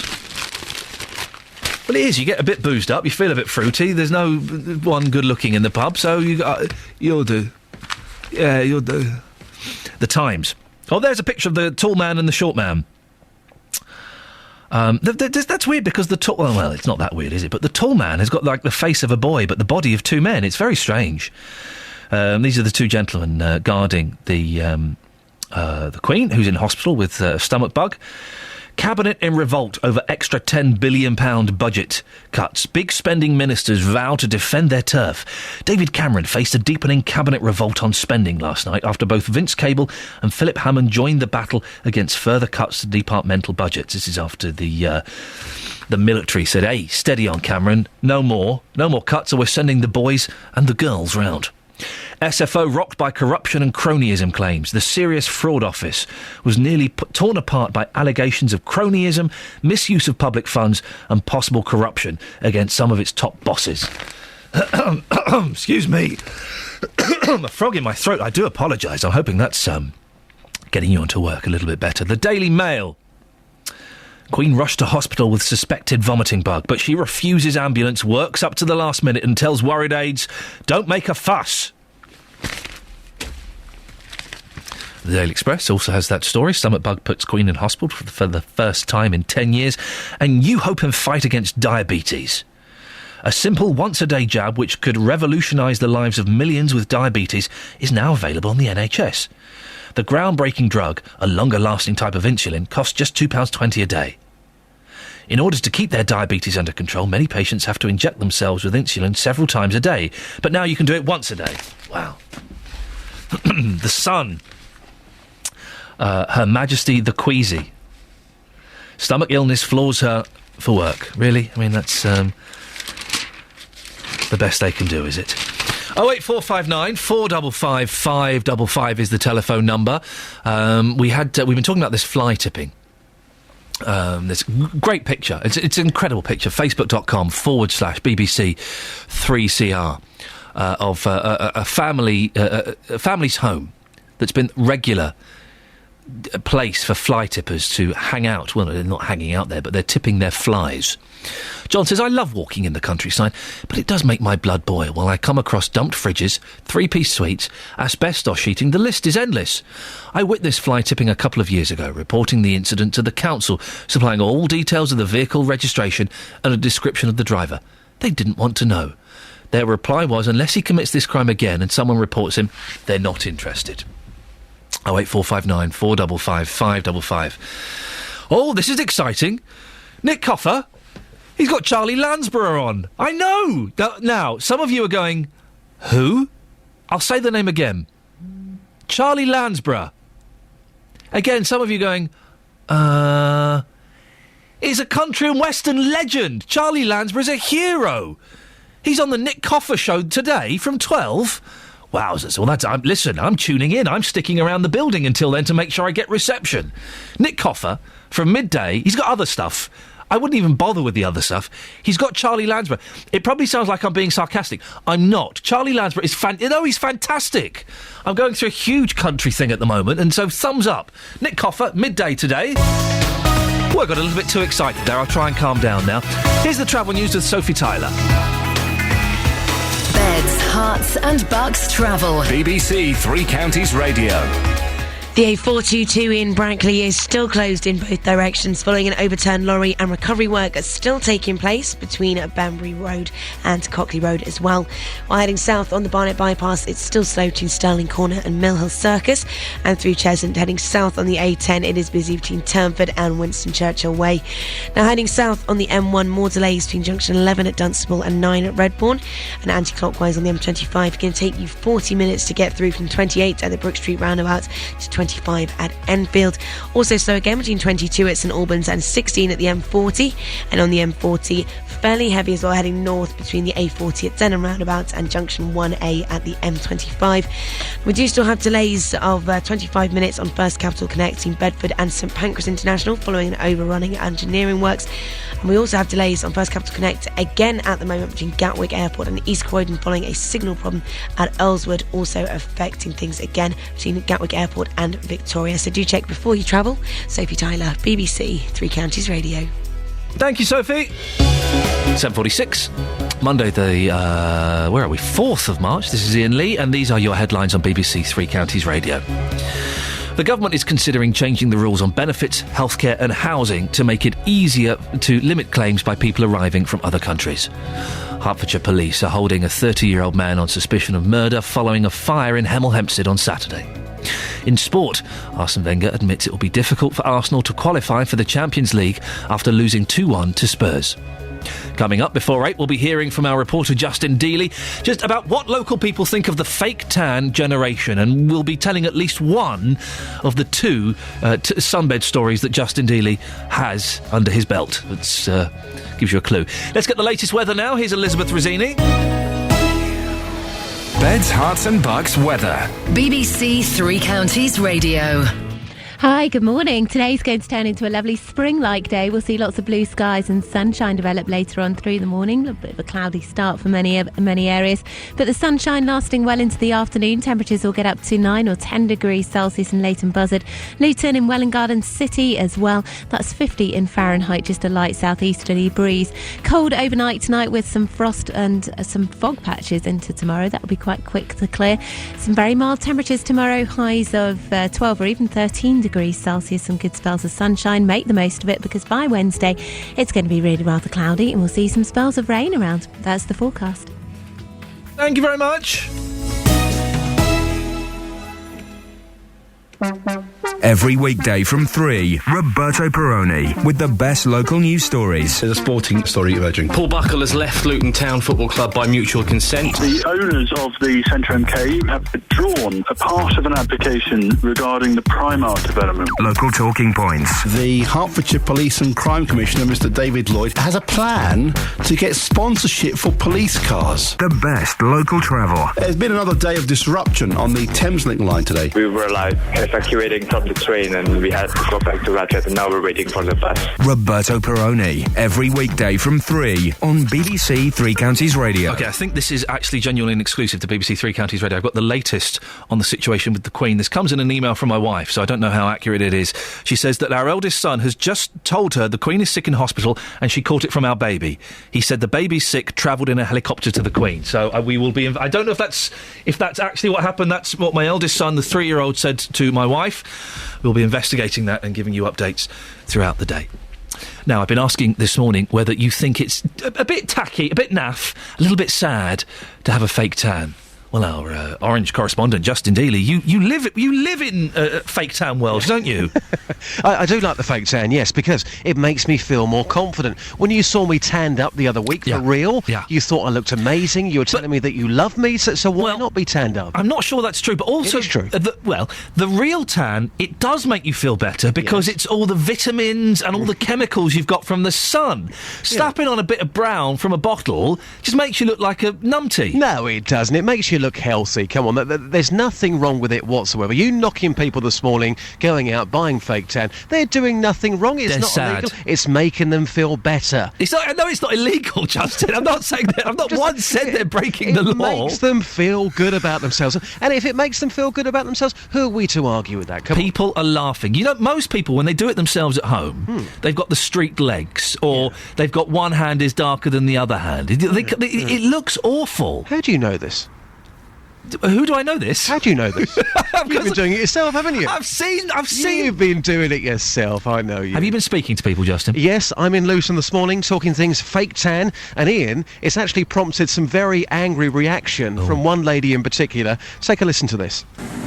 Now, madam, you don't use fake tan, but obviously you see other people who do use it. What's your thoughts when you see somebody who's looking a bit orange? Not well.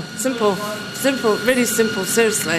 I mean, there's no need to go out like that. I mean, there is no need. There's sunbeds. If they want to get a colour, go and use the sunbeds. But some of them people that use the fake tan put too much on. They look a disgrace. They look terrible. A disgrace? A disgrace, yeah. They do it for us women, we're women. And I think they look sick. I think they look physically sick. I mean, have you noticed it getting worse in, say, the last 5 years or so? Is it getting even more extreme these days? The youngsters is worse than what, if you look at some of the young girls now, it's not often I go out, but when I go out and you look at some of the youngsters and you think, wow, my God, look at the state of them. I was never like that. Maybe I'm old, I don't know. Now, John, honest answer, please. Do you prefer your women pale or orange? To be absolutely honest, somewhere in between.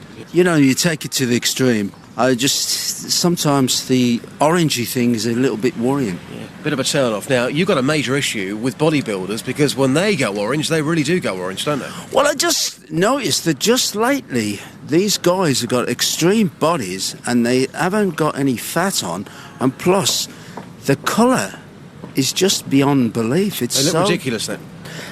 Worryingly ridiculous. Where are you aiming for? Where's it going to be in a few years' time? How dark? You know what I mean?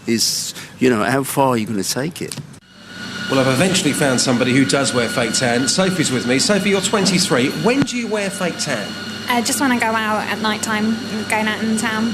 And tell us why you wear it. Just to make me feel better. I don't like using sunbeds because of the cancer and everything, so I prefer just to use fake tan just when I don't have a natural tan. Now, do you get it right, though? Do you look tanned up or do you look a bit orange? Well, my dad's really strict on fake tan, so he tells me if I look orange or not, and he tells me to go have a wash, so I think I get it right. But on the whole, it's just a confidence thing for you. When you go out, when you socialise, if you feel more tanned, you feel more confident. Yeah. Justin? Yes? You made up a word. What's that, then? Tanda? Tanned up. Yeah, you said tanda. Did I say tender? Yeah. Oh, you can make your own words. I think you mean more tanned. If people say that word enough, it can then go into the English dictionary. That's a fact for most people agree with me. You look ridiculous. No. Do you know what? A disgrace, physically sick, and worryingly ridiculous from three people. Some extreme views. And that first lady, how angry was she? She was furious. She was furious. Now, listen, we are talking about fake tan. We're also discussing a little bit about the sunbeds. And despite, as that girl said, the cancer and stuff, you have used a sunbed, haven't you? Yes, I do use them very occasionally. I don't use them all the time, and there is a method to my madness here. Yeah. Before I go away on a holiday, what I like to do is prepare my skin. So I have a few sunbeds. This is ridiculous, but no, I do that. And a few years ago, the first time I used them, I just went straight in there. I took everything off. Yep. Yeah, quite literally, wallop. Everything was off, and there was a certain part of my body which doesn't normally get the sun or any sun rays at all, and as you can imagine, I got burnt in an area which I didn't really want to get burnt. Your winky got sunburned, didn't it? Yes, it wasn't very nice at all. It got very, very hot, put it that way. And then I hope you rubbed cream on. And then was there another instance where you left your socks on? Yes, I left my socks on again. I was in a hurry. Obviously, I was doing work for you. It's 24/7 with you, Iain. It's like, Justin, can you go and do this at 7 o'clock at night? No, you've got to go and do it. So I rushed into the sunbed. I left my pants on this time. I learned from my mistakes in the past, but I also left my socks on as well. So So when I went away recently, the only place I did get burnt was on my feet. So yes, I look stupid again. Justin Daly, thank you very much indeed. Now, how does your boss keep morale up at your place? Alf Hitchcock, the Chief Constable of Bedfordshire Police, has been in the news this weekend because he buys biscuits to keep morale up. More than you get here, let me tell you that. He buys broken biscuits for the Bedfordshire force out of his own pocket so they go a little bit further. Well, Jim Mallon is chairman of the Bedfordshire branch of the Police Federation. Morning, Jim. Morning, Ian. Have you had any of Alf's biscuits? Yes, I have. I'm very pleased to say I have them on a regular basis with Mr. Hitchcock about once a month. In fact, just last Friday he's branched out to getting flapjacks as opposed to biscuits. So it was a nice turn of events. I'm laughing, but that is a nice thing to do. Who's allowed to put their hand in his tin? Is it just open policy? Anyone can grab a couple of biscuits? Well, it'd be nice if it was, Ian, but unfortunately it seems to be restricted to the more senior officers. I mean, what would be nice is if Mr. Hitchcock progressed down the stairs to give some of the patrol officers some. I'm sure they'd be delighted to receive a biscuit. The campaign starts here, Mr. Hitchcock, if you're listening. Get those broken biscuits and flapjacks. Give your flapjacks to the boys and girls serving on the front line, for goodness sakes. But I'm guessing it creates slightly nice feeling that he's doing this out of his own pocket. When you hear about everyone making cutbacks and everyone trying to save a few quid, for someone to, even though they're broken biscuits, to spend a couple of quid of their own money is a nice thing to do, isn't it? I think it is. I mean, I know it's a very light-hearted story, but it does go towards Mr. Hitchcock's view. He is a generous individual in a lot of ways, and I think this is just a branch of his generosity. But I mean, when I spoke to him last Friday about this, in fact, he did say to me that he hadn't realised there were broken biscuits for quite some time, and he kept on wondering why, when he's presented with a plate of biscuits in meetings, they're always broken because he hadn't read the packaging properly. He didn't know that he was buying broken biscuits. No, he didn't. But I guess with the cost and everything else, I think he'll probably maintain it now. It's created quite a bit of mirth and so forth on Twitter with some of my colleagues across the region and nationally. Do you think more chief constables should take a leaf out of Mr. Hitchcock's book? Yes, I do. I think you should follow suit, Ian, because it's quite a nice thing to do when you show your staff you do care about them. And whilst it's a small gesture, I do think it goes a long way to make people feeling a bit happier about their lots, particularly police officers who have a very difficult job day by day. Flapjacks now, Jim. Where would you like him to go next? Krispy Kremes, something like that? Well, I'm more a sort of Jaffa Cake man, but anything with chocolate on it would be nice for me. Jim, listen, thank you very much. Jim Mallon, chairman of the Bedfordshire branch of the Police Federation. Mr. Hitchcock, if you're listening, two things. Jim wants Jaffa, OK? Jim wants Jaffa. Get him Jaffa. And come on, Mr. Hitchcock, please. Get that tin of biscuits, take it down to the front desk. Not for the punters, they can, fair play, they're probably troublemakers and ne'er-do-wells, don't give it to them. But for the boys and girls in blue who serve us so proudly, let them have a nibble on your flapjacks, please. I'm begging you, Mr. Hitchcock, Chief Constable of Bedfordshire Police, let your officers nibble on your flapjacks. 08459 455 555. You heard Justin there talking about tans and things. I do want your stories. We've had surprisingly few people in defence of the fake tan. If anybody can defend it, 08459 455 555. And I don't get that thing of, as Justin was saying there, I get a bit of a tan before I go on holiday. What? Why? That's what the holiday's for. What, you're embarrassed to go and strip off on the beach on that first day? That you're going to look pale by the pool? That worries you? That concerns you? That's what it's. If you're going to go on a sun-worshipping holiday, then go. I very rarely get a tan because I just go like factor 50 or something, and so I don't really kind of tan. And then there'll be a day when I forget to do it and I'll burn. But that's it. But 08459 455 555. Do you fake tan, or do you think it looks a bit trashy? It looks cheap. And you see all these tarty girls and these horrible blokes going out on a Friday night with their fake tans, and you think, no, that doesn't work. Here's the travel with Sophie Tyler. Beds, hearts and bucks travel. BBC Three Counties Radio. Still looking much the same out there at the moment. The A422 heading through Brackley is closed in both directions. It's due to the ongoing overturned lorry causing problems there between Banbury Road and Cockley Road. And the Barnet Bypass heading south also slow still between Stirling Corner and Mill Hill Circus. Same can be said for the A10 heading south through Chesham between Townford and Winston Churchill Way.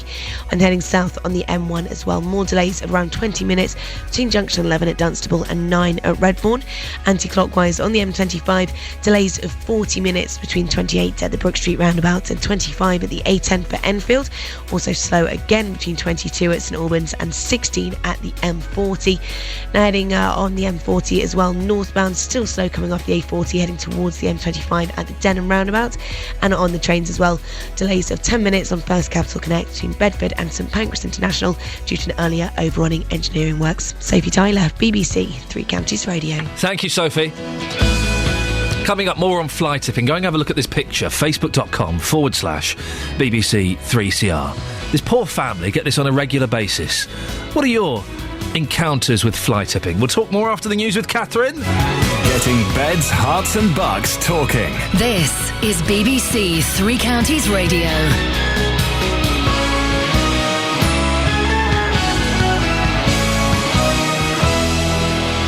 Good morning, it's 8 o'clock. The headlines: government considers benefits clampdown, man held on suspicion of murder following Hemel fire, and solid gold comeback for 31-year-old gymnast. BBC Three Counties Radio. Ministers are considering changing the rules on benefits, healthcare and housing to limit claims from people arriving from overseas. Controls on the freedom of movement of Romanians and Bulgarians, imposed when the two countries joined the EU in 2007, expire at the end of the year, and there have been predictions that many could head for the UK. Speaking earlier to Iain Lee, Don Flynn from the Migrant Rights Network has dismissed the proposed crackdown on benefits tourism as a distraction. A lot of politicians were working the system as much as they possibly could in order to divert blame from themselves onto another group of people, and that's what I really do think is happening. This is a game of blame the migrants. They're an easier group of people to lay the blame on than the people who really are responsible. Hertfordshire police have named the man whose body was found after a fire in Hemel on Saturday as 63-year-old Thomas Baird. A post-mortem found he died of stab wounds and trauma to the head. A 30-year-old man's being held on suspicion of his murder.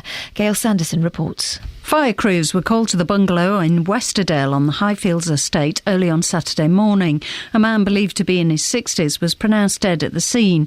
Detectives from the Bedfordshire, Cambridgeshire and Hertfordshire Joint Major Crime Unit began an investigation after confirming they were treating the man's death as suspicious. They're appealing for any witnesses to contact them. The Vatican's likely to hold an internal inquiry after Cardinal Keith O'Brien, who used to be the most senior Catholic in Britain, last night admitted sexual misconduct. Allegations against him by serving and former priests in his diocese had been made public 8 days ago, prompting his resignation the following day as Archbishop of St Andrews and Edinburgh. The Queen has spent the night in hospital in central London undergoing precautionary treatment for the symptoms of gastroenteritis. All her engagements for the coming week, including a 2-day visit to Rome, have either been postponed or cancelled. A 26-year-old woman's been treated for facial injuries after a bottle attack in Aylesbury. The incident happened at the New Zealand pub on Buckingham Road shortly after midnight yesterday. Thames Valley Police are appealing for witnesses.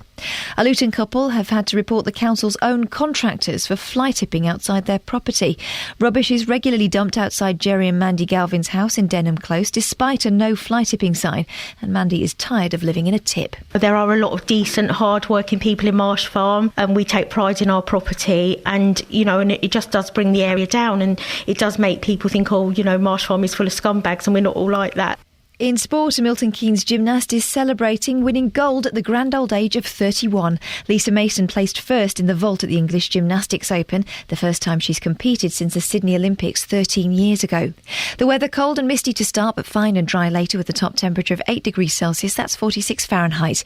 There's more news and sport online at bbc.co.uk/Three Counties. BBC Three Counties Radio. First for news. You passed 31 many, many years ago. Do you reckon you could still, shake it on the gymnastic floor? I can still do the splits. Go on then. Oh. All right, hang on. See? Fan-bloomin-tastic. Ouch.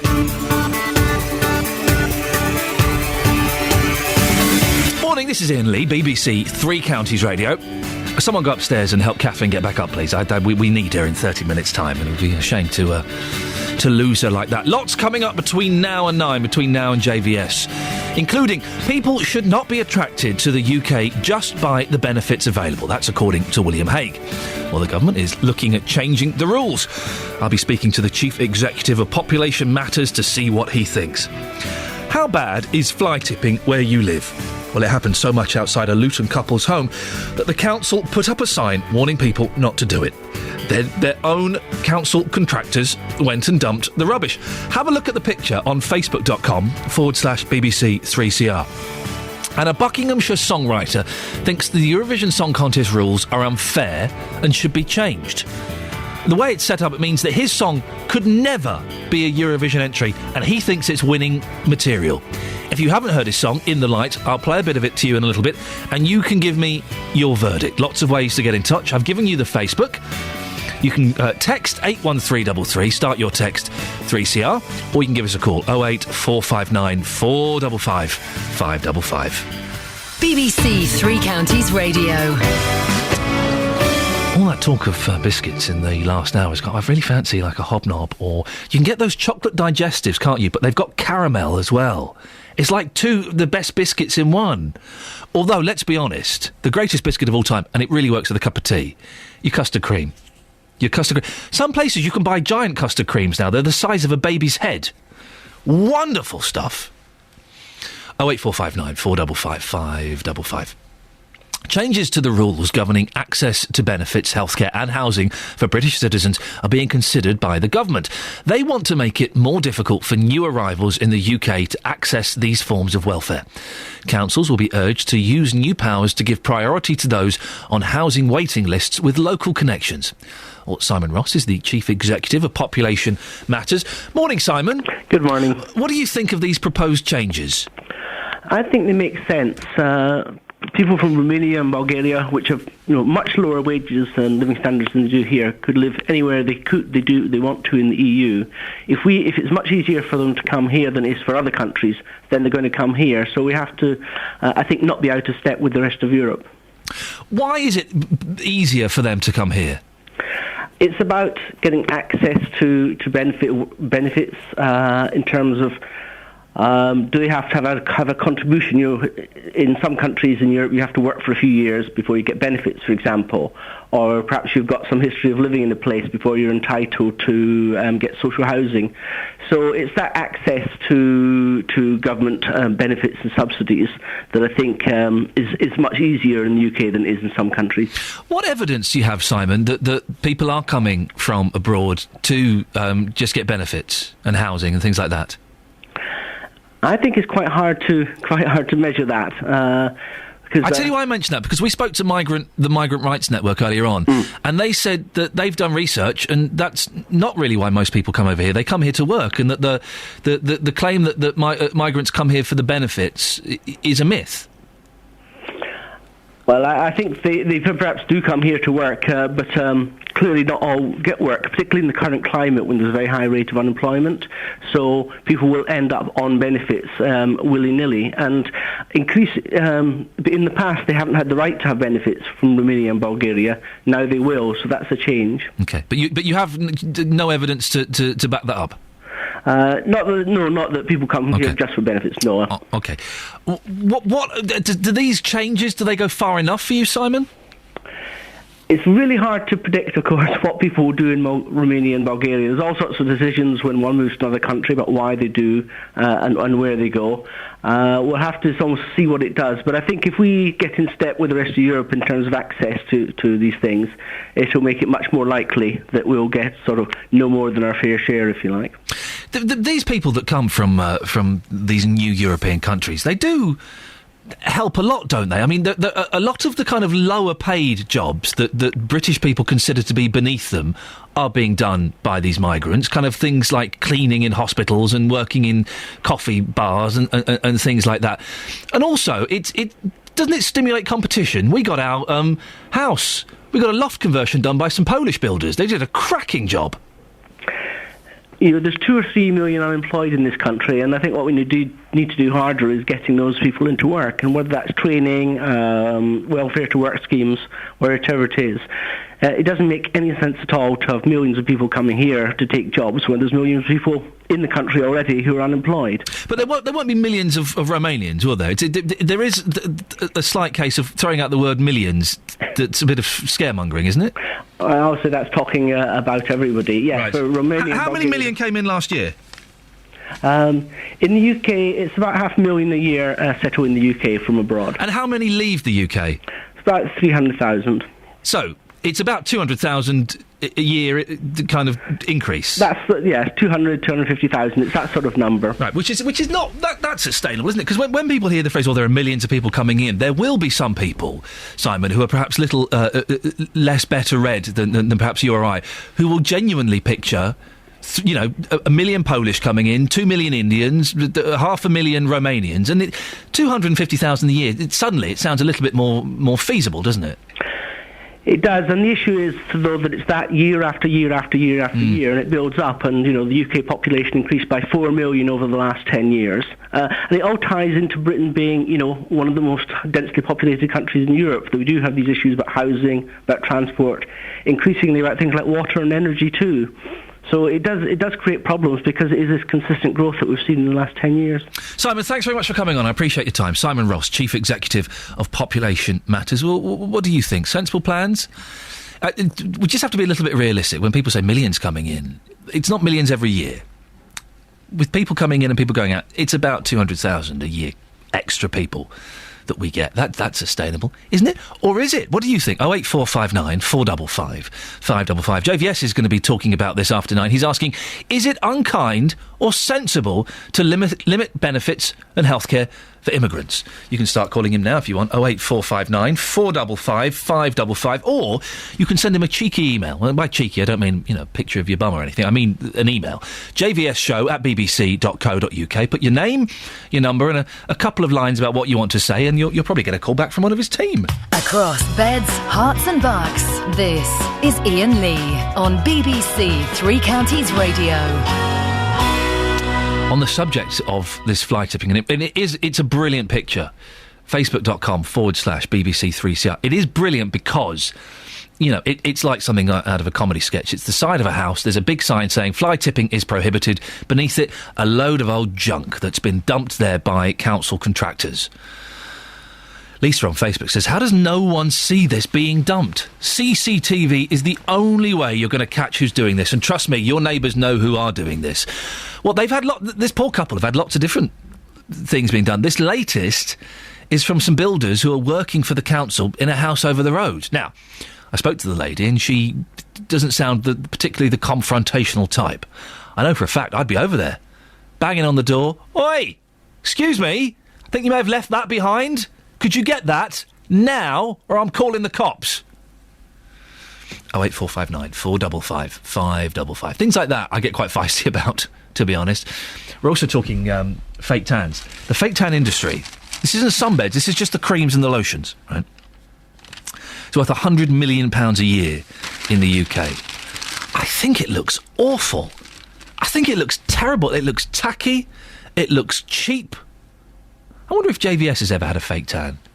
Oh, you say, well, I'm not sure.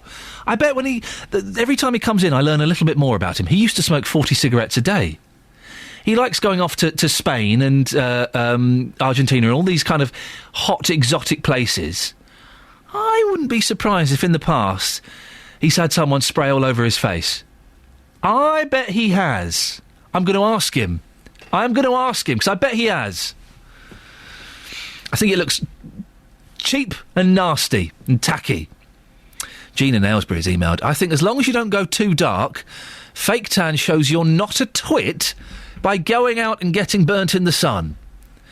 When our fake tan generation get old, they will have lovely skin instead of the old leather the sunbathers have. So don't mock. Well, you say that. We don't know what's in these fake tans, do we? This is still comparatively new. Technology? I don't know if technology is quite the word it should be. Look, Peter Warby, Peter, you spend listen, we appreciate your comments, but have you got nothing better to do in the morning? You're constantly on the Facebook page, and it's lovely to see you there as always, but, You wait, says Peter. In the next few years, when they say that the chemicals, and they are chemicals, in fake tan can cause cancer, the real sun is natural and better. As for orange girls with bleach white hair, yuck. Oh, that is the new thing, the bleach white hair. I kind of quite like that. When it looks a bit grey. You know, when it looks grey. I think that's quite nice. But I don't get the sun, the fake sun tan. The cream. It's streak. I think it looks common and it looks naff. Which, the more I think about it, makes me think that actually, yes, Jonathan Vernon-Smith probably has it at some point. 08459 455 555 is the telephone number. 81333. Start your text 3CR. We'll be playing a little bit later on just a snatch from a local songwriter's song that he thinks is Eurovision winning material. And he's angry with the BBC because it's a closed shop. There is no way he could submit his song, and he thinks it could turn it around. Our dismal efforts recently could be turned around by his tune. I'll be playing that a little bit later on, so keep listening. Be nice to get your thoughts on it. 8:14, here's Sophie Tyler. Beds, Herts and Bucks travel. BBC Three Counties Radio. Heading through Brackley, the A422 is still closed in both directions following an overturned lorry and recovery work between Banbury Road and Cockley Road. While heading south on the A10 through Cheshunt, also still slow between Turnford and Winston Churchill Way. And heading west on the A120 through Little Haddam as well, looking fairly busy just around the Albury Road.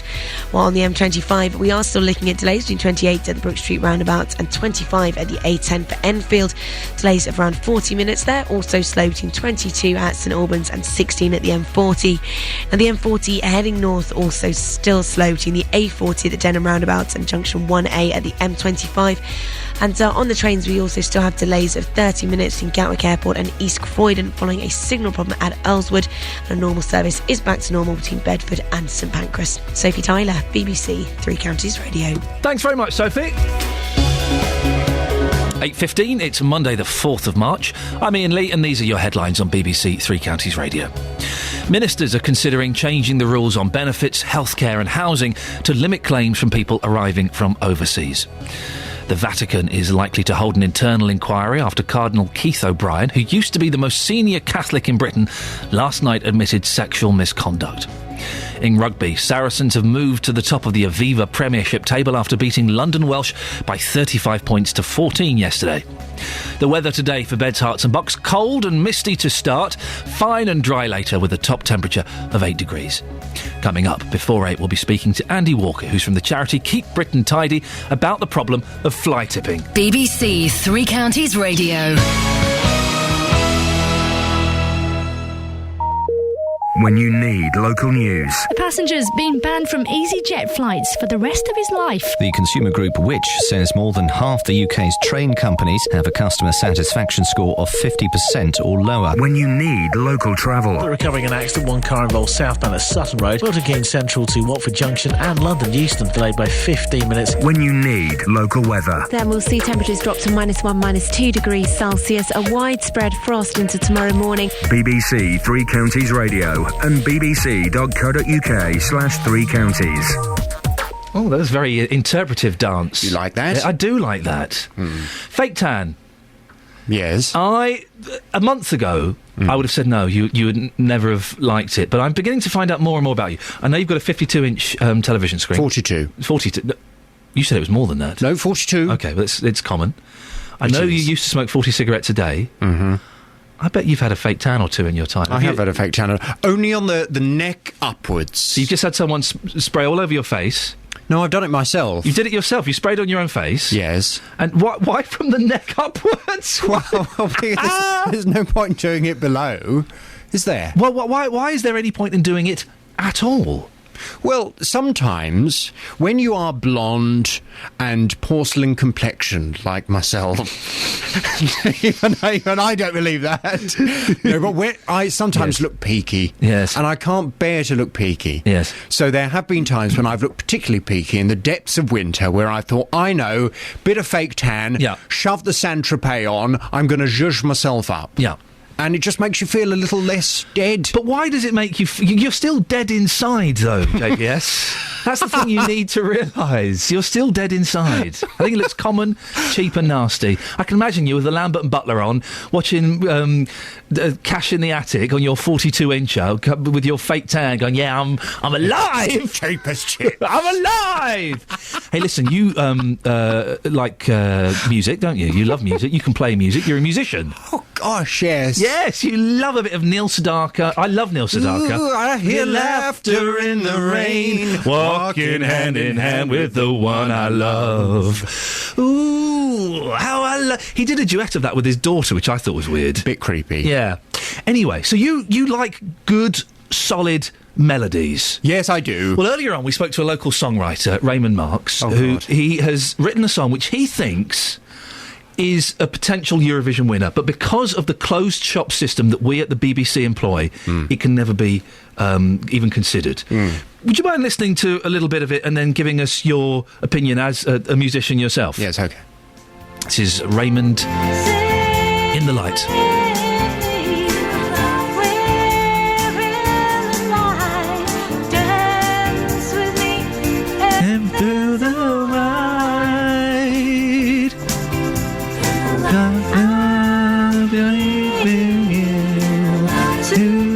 I don't know the words, but the tune is very, very catchy. That's written by Raymond Marks. Here we go. Up to the night sky. That's Raymond Marks. That's In the Light. What do you think as a fan of music and as a musician? I once went to Walton-on-the-Naze Caravan Park and spent a night there in something called a mobile home.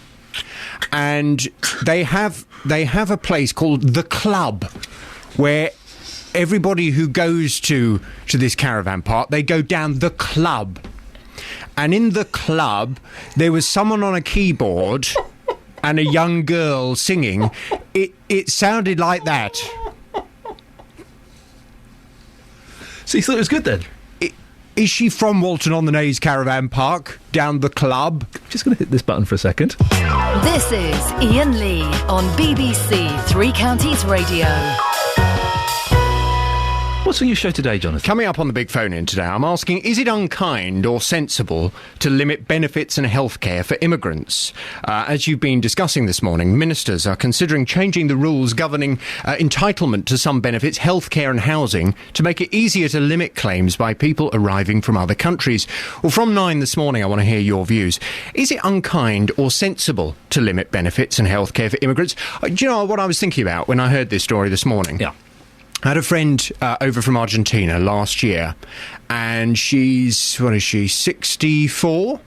And we were walking through London. Obviously, she's doing the tourist stuff. Yes. She's walking through London, and she tripped on the pavement. She went bang down on the floor, cut her head open. Oh, it's awful. There's blood all coming down her face, and it was just awful. And we got her to the hospital, got her to A&E. They were lovely, you know. They stitched her head up. And they made sure she was okay.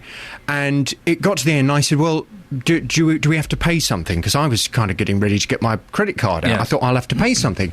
And the lady said, no, we wouldn't charge for this kind of thing. No. I said, yes, but she's not British. She's over here on holiday. And she said, no, this kind of thing, we would treat her. And do you know what? I thought, isn't that nice? Isn't that nice that here we have a holidaymaker, her memory of the UK when she went back was, what a nice caring country. When I fell over and cut my head open, they looked after me. They didn't make anyone pay. I just wonder whether removing that kind of thing, saying to people, oh, sorry, you've cut your head open, oh, sorry, you're having a heart attack, sorry, whatever it may be, if you're not British, if you've not paid into our country, then I'm afraid you're just going to be left, we're not going to treat you. There's something unkind. Well, there's something about it. It's nice. But I don't know if you noticed, we haven't got any money. Yeah, true. So should we be giving it away? Well, for free. This is what we will discuss at 9 this morning. Is it unkind or sensible to limit benefits and healthcare for immigrants? Do you want to hear that song anymore, or are you... I'd quite like to leave the studio to it. OK, well, let's hang on a second. I can cue this up. I can do this. 1984, Walton-on-the-Naze Caravan Park. This is now going to be your theme music as the consumer ferret, Raymond in the Light. Jonathan, away you go. Bye-bye. Bye!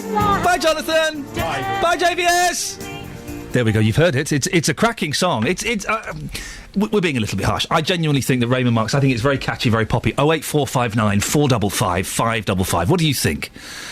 You've heard it? Do you think it's a Eurovision winner? I think JVS is being a little bit stuffy there. Maybe we've got him on a bad day. Is it a Eurovision winner?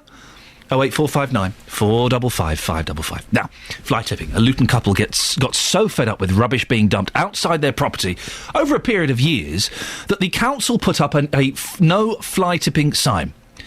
But then, it happened again the other week. Some rubbish was dumped there, quite a bit of rubbish. It was dumped there by the council contractors. It happened outside Jerry and Mandy Galvin's house in Denham Close. Our reporter, Ewan Duncan, spoke to Mandy, who explained what happened. To find a large amount of rubbish fly tip next to our house, the adjoining wall of our house. The mess that was left there this week was actually left there by contractors who are refurbishing kitchens within the area. So obviously we're a bit shocked that these contractors who were responsible to the council were dumping the rubbish there and not taking it away in a skip as, they should.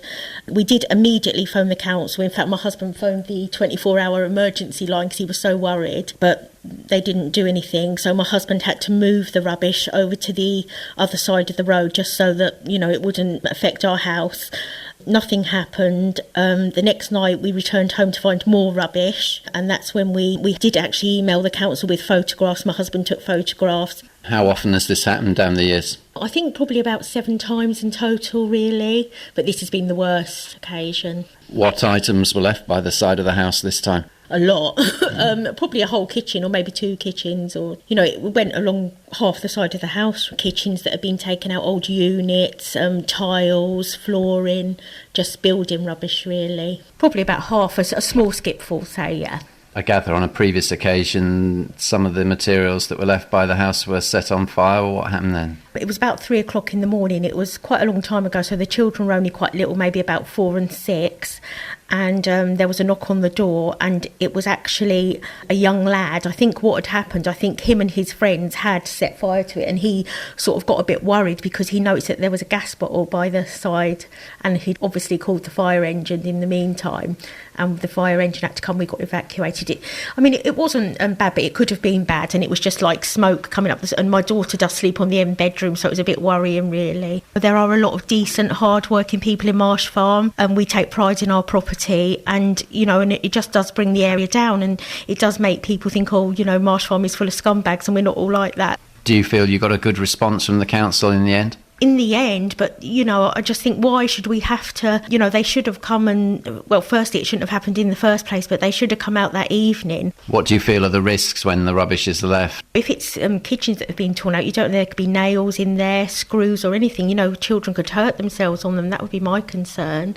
Especially, luckily not this week, but last week it was half term. If had done it then, what children are like, they'd just treat it as a game, start climbing all over it. And it can't be much fun having to move it away. Your husband's having to do that, wastes his time. It was raining that night as well, and he was out there a good 20 minutes. Well, we can speak now to Andy Walker, who's from the charity Keep Britain Tidy. Morning, Andy. Good morning to you. How much of a problem is fly tipping around the UK? Well, it's clearly a problem, and I think your listener has just explained there. I think one of the big things about fly tipping is its unsightly nature and the effect and the perception that it gives about a particular area. Our latest stats on the issue reveal that there was nearly 820,000 fly tipping incidents across the whole of the country in 2010-11. That's the most recent stats. We're currently processing new ones, and that was actually down by 13% on the previous year. But, given the fact that we've got sort of a situation at the moment where, there are council cuts. You've also got, all sorts of, companies sometimes springing up saying that they're going to take people's waste away and stuff like that. And we know that some of those companies are, shall we say, sort of less than wholesome. Then, there's a possibility that we could see that figure actually rising as we go forward. And again, as your listener has just said, it's totally unacceptable. There's all sorts of, there can be dangerous stuff in there, nails, builder's waste, all that sort of stuff. And really, at the end of the day, there is no need for it. Andy, what can we do to stop this? I think we can raise awareness. That's the first thing. I think it's although that your listener didn't get an immediate response, and obviously I can't comment directly on what the council were doing in that area, but she did the right thing by approaching the local authority. That's the first thing. I think awareness is really, really important. We ran a fly tipping campaign a number of years ago where we basically set up a helpline and a hotline, and we got people to actually, sort of essentially report it better as well, because if people think that people are watching out for them, doing this illegal act, then sometimes maybe they're actually going to be less likely to do it. So I think that can be done as well. I think the awareness thing is very, very important, and even things down to posters and signs going up saying that we will take action, you will be fined if you actually do this. I mean, fines in court can be as much as £50,000. Now, that can actually focus the minds of even the most reckless fly tipper. Also, I think, and we've got evidence of this, from our own research with councils.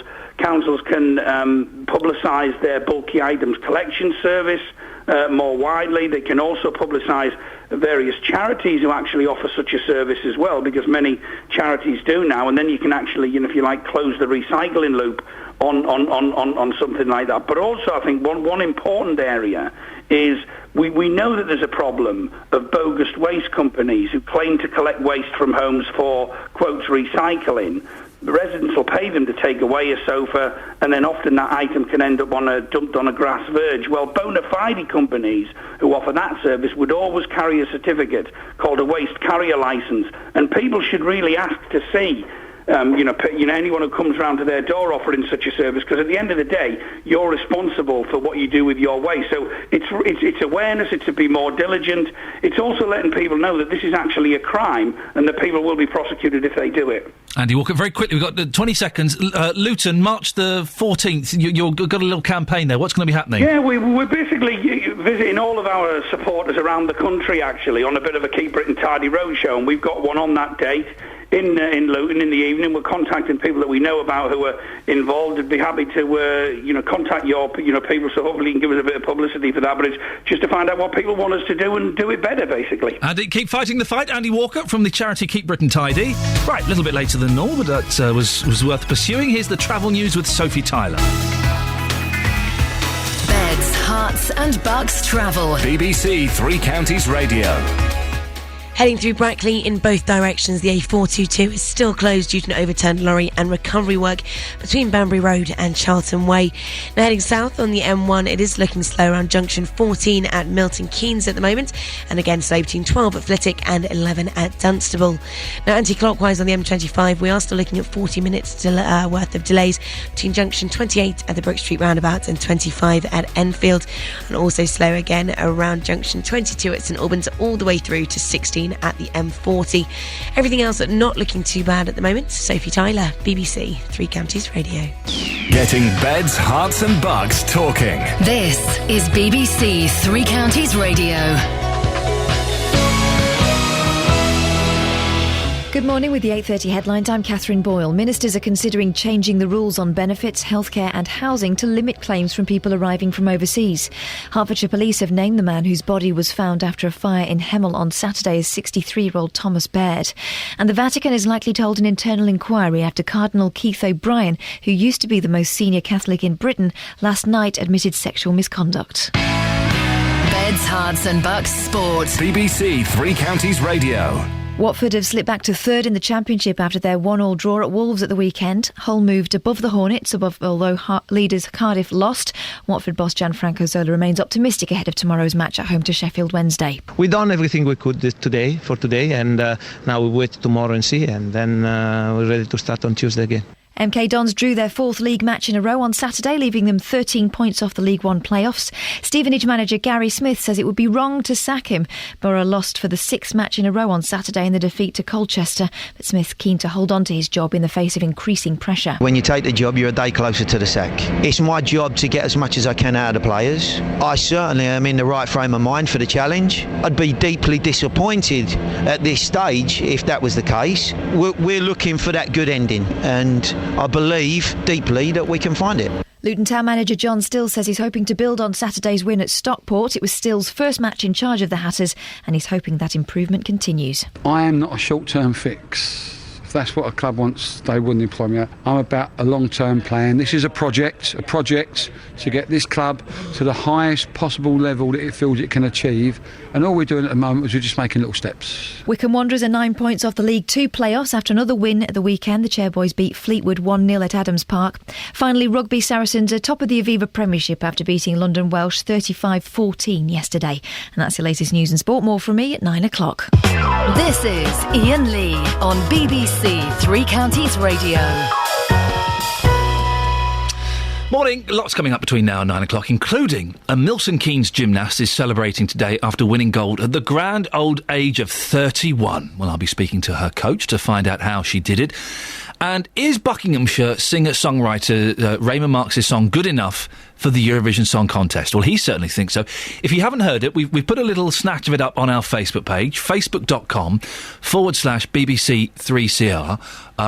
And let us know what you think. You can either leave a comment there or you can give us a call, 08459 455 555. Now, this is great. A gymnast from Milton Keynes, who last competed at the Sydney Olympics, has become an unlikely gold medalist at the age of 31. Lisa Mason won gold in the 1998 Commonwealth Games, but gave up the sport for 13 years after the Sydney Games. She's now returned to gymnastics and competed this weekend, where she won gold in the vault.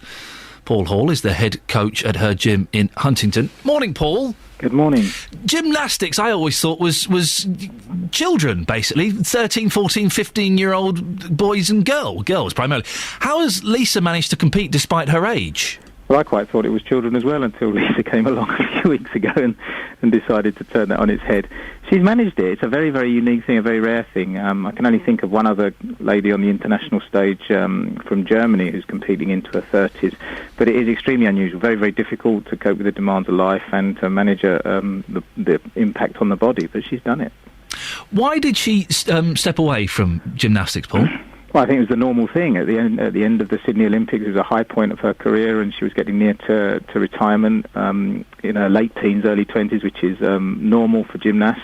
But then she came back to do a display at the 2012 Olympics last year and was quite inspired by the whole thing, looked around and saw the girls and thought she could actually get near to doing the same sort of thing, and lo and behold, she's done it. And when she came up to you and said, "Paul, listen, right, I've got a crazy idea, right?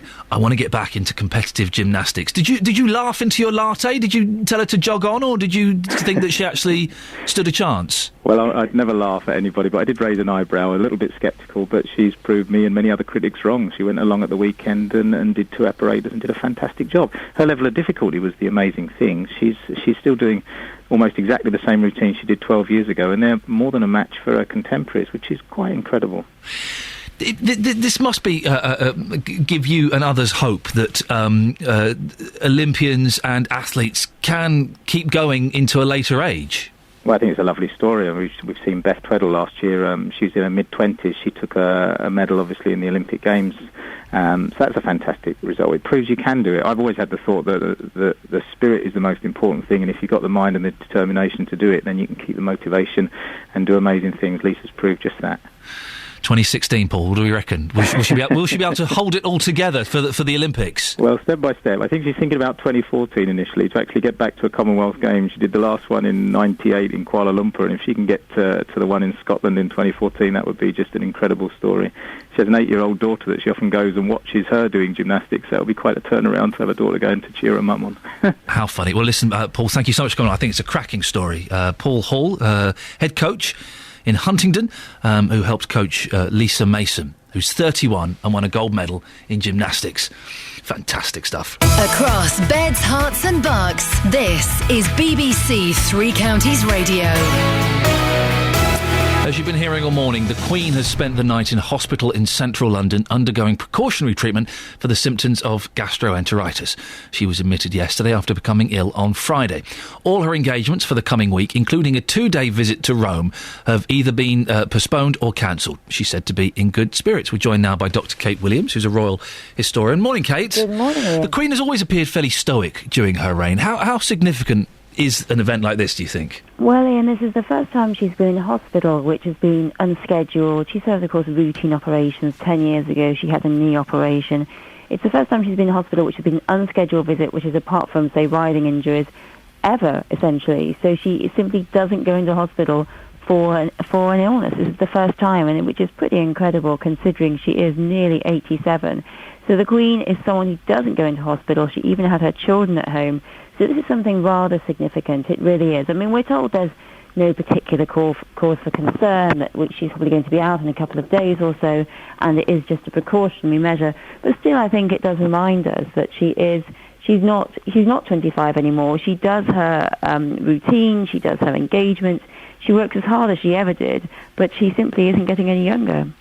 What's the protocol back at the palace during this time? Well, the palace is, of course, she's still the Queen. She is still ruling. She's still reigning. It's not anything like a regency. Charles isn't taking over. She is in charge at the moment. She's simply in charge from her hospital bed. So, obviously, if there was a case of her having to be in there for a week, she will have her engagement, her reception with the Prime Minister in the hospital. She left Windsor Castle in the back of a car. It was all very low-key. Why was that, do you think? Well, I think she felt that she didn't need to go in an ambulance because, obviously, ambulances, as we all know in this country, and we all must remember, are for people who are critically and seriously ill going to A&E. So I think she felt that she didn't want to go in an ambulance. She could go in her private car, and she just didn't want to make a fuss. She didn't want to have a big palaver about it. She doesn't like illness. She doesn't like being ill. She wants to get on with things. She always tries to resist illness. In fact, on one occasion, when she had chickenpox, she was so cross at having chickenpox that she decided to see the Prime Minister when she had spots, because when you have chickenpox, there's a time when you have spots but you're not contagious. So she was covered in spots and seeing the Prime Minister because she just wasn't going to give in to illness. And I think it's very similar now. She doesn't want to make a fuss. She'd really rather not be in hospital at all. But I think certainly her physicians have told her it's best if she is. And I may have misheard this over the weekend, because I heard this kind of late at night that she'd gone to hospital, and I was kind of a little bit drowsy. She was due to go to Cardiff to give leeks to soldiers. Well, she was due to go to Cardiff for a St David's Day celebration, which would have the soldiers there. So it was a big celebration of St David's Day. And of course, it's very sad for her that she can't go. She understands that people are very disappointed because she simply knows that people spend years getting ready from their visit for the Queen. They're repainting, they're planning the songs, the kids are drawing pictures. She knows it's a big thing in everyone's diary. It's something that children never forget. So that's why she really doesn't want to cancel. She only cancels if she really has to. So she's obviously very sad that she's had to do so, and simply that all the engagements this week will have to be cancelled, including this trip to Italy, which she won't be able to attend either. And we don't know yet about next week's engagements. As yet, they are still standing to be fulfilled. She has a busy calendar next week, and we'll see, I think, at the end of this week how she's feeling. Dr. Kate Williams, Royal Historian, thank you very much indeed. Your Majesty, if you're listening, just relax. Just watch a bit of Jeremy Kyle, a bit of daytime TV, you'll be back on your feet. I mentioned leaks there. I wasn't being flippant. Producer Laura, I'm sure I heard this, she was going to Wales to give leeks to soldiers. Yeah, that's correct. She was due to travel to Swansea to give the leeks to the soldiers, and unfortunately now she's not going to be doing it. She's been forced arrest, as you've just been hearing. It was with the 3rd Battalion, the Royal Welsh Regiment, and their families before proceeding to George Hall for lunch. But why was she giving the leeks to Welsh people? Is she like being a bit racist? Is there a joke there? What is that? No. Is that a thing? It's just what she was going to do. There's no explanation. Wow. As to why she was going to give the leeks. You see, thank you very much. If my nana suddenly said, I'm going to go to Wales and give leeks to Welsh people, I think we would have to sit down and have a very serious conversation. If anyone knows what on earth that's all about, then 08459 455 555. We played a bit of a song. We're talking Eurovision, because there's a local singer-songwriter who's written a song. And the more I hear it, the catchier I think it is. It's on the Facebook page, facebook.com/BBC 3CR. I think we're getting calls about leaks now. Is this a leak hotline we've set up? Sally says, it's all down to money and viewers. Since the Eurovision Song Contest became a political platform, people have left it in their droves. What is the point in watching a rubbish singing show where talent is ignored over political allegiance? And Peter says simply, nil point. I think that's a bit harsh. I think it's a cracking little song. The more I hear it, the more I think, yeah, I could see that doing quite well on Eurovision. It's catchy. I was singing it the second time of hearing it. That's got to be a bonus, hasn't it? Go to facebook.com/BBC3CR. The guy is also on YouTube as well, I think. If you... I'm just trying to find out where he is. Hang on a second. If you look up Raymond Marx on YouTube, you can see In the Light there, and you can have a little listen and let me know what you think. 08459 455 555. I think we should be encouraging, kind of local musical talent to be taking part in that. Ken has called in from Flackwell Heath. Ken? Good morning. Do you know this thing about the leaks? Well, I thought it was everybody knew. It was traditional. I mean, I'm nothing to do with Wales or the Welsh or anything like that, but I thought people knew it was traditional on St David's Day, on the 1st of March, which is St David's Day, the Welsh National Saints' Day, that they've often done it, presented leeks to Welsh regiments and that. No, I was aware that she was presenting things on St David's Day, and of course I'm aware of St David's Day. But no, the presentation of the leeks has slipped me by. What does the leek? So she goes to Scotland and gives out various things and that on other Saints' Days related to Scotland. How funny! I think that's right, but I know that the leeks thing is been going on for donkey's years, I think. Because, leeks and the Welsh. Of course, in the cold light of day, now we're talking about this at 8:44 on a Monday morning. It does sound silly, doesn't it? Well, I don't know. I mean, I don't know where the tradition started or how it started, or maybe it was some form of honouring the fact that the Welsh regiments did so well. Yes, and I'm not knocking it at all. I like these silly British traditions that we have. I love Morris dances. I love the fact the Queen goes and hands out leeks to soldiers. Maundy money and things like that. Yeah, the Maundy money and all of that. But it's an odd world. It's an odd country we live in, isn't it, Ken? Thank God we do live here with a Queen, not a president. Exactly. Well, there we go. Now we're getting political. Ken, thank you very much indeed. You see... It's a thing she does every year, is handing out leeks to Welsh people. I never knew. Thank you, Ken. Very kind of you to call in. 8:45, travel news now. Sophie Tyler. Beds, Hearts and Bucks travel. BBC Three Counties Radio. Well, we still have problems in Brackley. We're on the A422. It is closed in both directions following an overturned lorry, and recovery work is still taking place. Now, it's just in Banbury Road and Charlton Way, and also heading south on the M1. It's still looking slow on junction 14 at Milton Keynes. Slow again, but as well between junction 6A at the M25 and 5 at Watford. Now, moving on to the M25, delays where you'd expect. 40 minutes worth of delays between junction 28 at the Brook Street roundabout and 25 at the A10 for Enfield anti-clockwise. Start-stop as well between 22 at St Albans and 16 at the M40. Everything else not looking too bad. A few usual delays on the A1 and the A10 where you'd expect, but nothing that's going to hold you up for too long. Sophie Tyler, BBC Three Counties Radio. Sophie, thank you very much.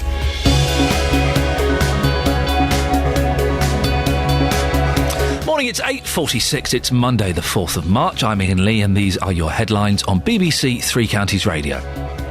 Ministers are considering changing the rules on benefits, healthcare and housing to limit claims from people arriving from overseas. Hertfordshire police have named the man whose body was found after a fire in Hemel on Saturday as 63-year-old Thomas Baird. In sport, Arsene Wenger admits it will be difficult for Arsenal to qualify for the Champions League after losing 2-1 to Spurs. Coming up, we'll hear before 9 about Raymond Marx's mission to have his song represent the United Kingdom at the Eurovision. But before that, let's get the latest weather with Elizabeth Rossini. Beds, Hearts and Bucks weather. BBC Three Counties Radio. Hello, very good morning to you. It's going to be a lovely spring-like day today. Bit of cloud around first thing, that will clear. We'll see some decent spells of sunshine for the rest of the morning, lasting well into the afternoon. Blue skies are go-go really. Temperatures all the way up to 8 or 9 degrees Celsius in St Albans and Aylesbury, Luton, Bletchley as well, 9 degrees Celsius here. That's 48 in Fahrenheit. A fairly light southeasterly breeze. For this evening, it will feel quite cold. Temperatures will drop to 1 or 2 degrees Celsius in the towns. A touch of frost in the rural spots especially, and also some mist and fog patches into tomorrow morning. They will clear away quite nicely, leaving another pretty lovely day, a little bit more in the way of cloud, but some milder temperatures, all the way up to 12 or 13 degrees Celsius by the afternoon, which is very mild indeed. Lots of sunshine around, but make the most of it, because by Wednesday onwards it's going to be rather unsettled for the rest of the week. Some Atlantic fronts pushing in from the west. They're going to give us some spells of rain on Wednesday and Thursday. That's the forecast. Thank you, Elizabeth. There are so many ways to listen to Three Counties Radio. On FM 95.5, 103.8 and 104.5. On AM 630 and 1161. Online at bbc.co.uk/Three Counties. And now on DAB Digital Radio. Search for us, BBC 3CR. Bringing local radio to you in more ways than ever. BBC Three Counties Radio. Well, it's the thing that's got us all talking. Why on earth does the Queen give leeks to Welshmen on St David's Day? Well, Caris would know. Caris in Streatley. Morning, Caris. Good morning, Ian. Caris, with your name, I was expecting a Welsh accent, but do you have Welsh blood? Long way back. I just happened to have the name because my parents liked it. I love the name Caris. I think it's a wonderful name. Why on earth is the Queen giving out leeks? Okay, there are several guards regiments. Yes. We see them in Trooping of the Colour and all this sort of thing, and they take it in turns to look after the Queen on her official birthday. The hat badges are different, as are the buttons on the tunics. They're in different numbers on the tunics. But the hat badges... Yes. The Irish Guards have shamrocks. Yes. The Welsh Guards have leeks. The Scotch Guards have thistles, etc. Yeah. So, as it's St David's Day, and as the Queen, is... I don't know what her official title is, but she's Queen. Overall, she's the... Brigadier or something. Right. Oh, right. I see what you mean. Yeah, sorry. I can't remember what it's called. Yeah. She goes to see all her various soldiers, regiments, etc., and hands out the leeks, which is a symbol of their badge. Well, Caris, I don't want to say that you're wrong, but Catherine Boyle, I don't know if you're aware of her, she's the newsreader here. Yes. She's been messaging me non-stop, right, with her reason, and she says the leak arises from an occasion when a troop of Welsh were able to distinguish each other from a troop of English enemy dressed in similar fashion. So the Welsh would wear leeks so that they would know they were Welsh or something. Well, that's really more or less what I've said. It's now a symbol, and it's on their cap badges. At all. OK, well, Caris, listen, thank you very much for your help. That's Caris didn't quite say it like that, but thank you, Caris. I still don't understand it, if I'm honest, with Caris's excellent explanation and Catherine Boyle's excellent, if somewhat feisty explanation. I still don't quite know why, but onwards and upwards. Now, a Buckinghamshire man is annoyed that he can't get his songs into the Eurovision Song Contest because of the BBC selection policy. Raymond Marks has written potential songs for 3 years, but because the BBC hasn't performed a national selection for the last 10 years, he doesn't get the opportunity to have his song chosen. Well, here's a little sample of his song, In the Light.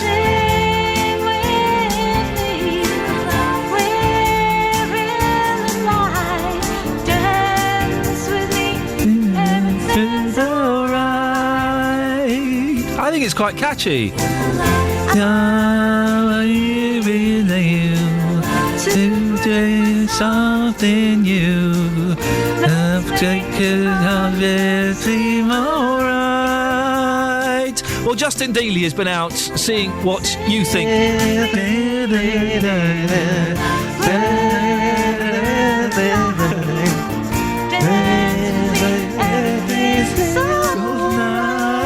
It's a catchy little song, isn't it, Justin?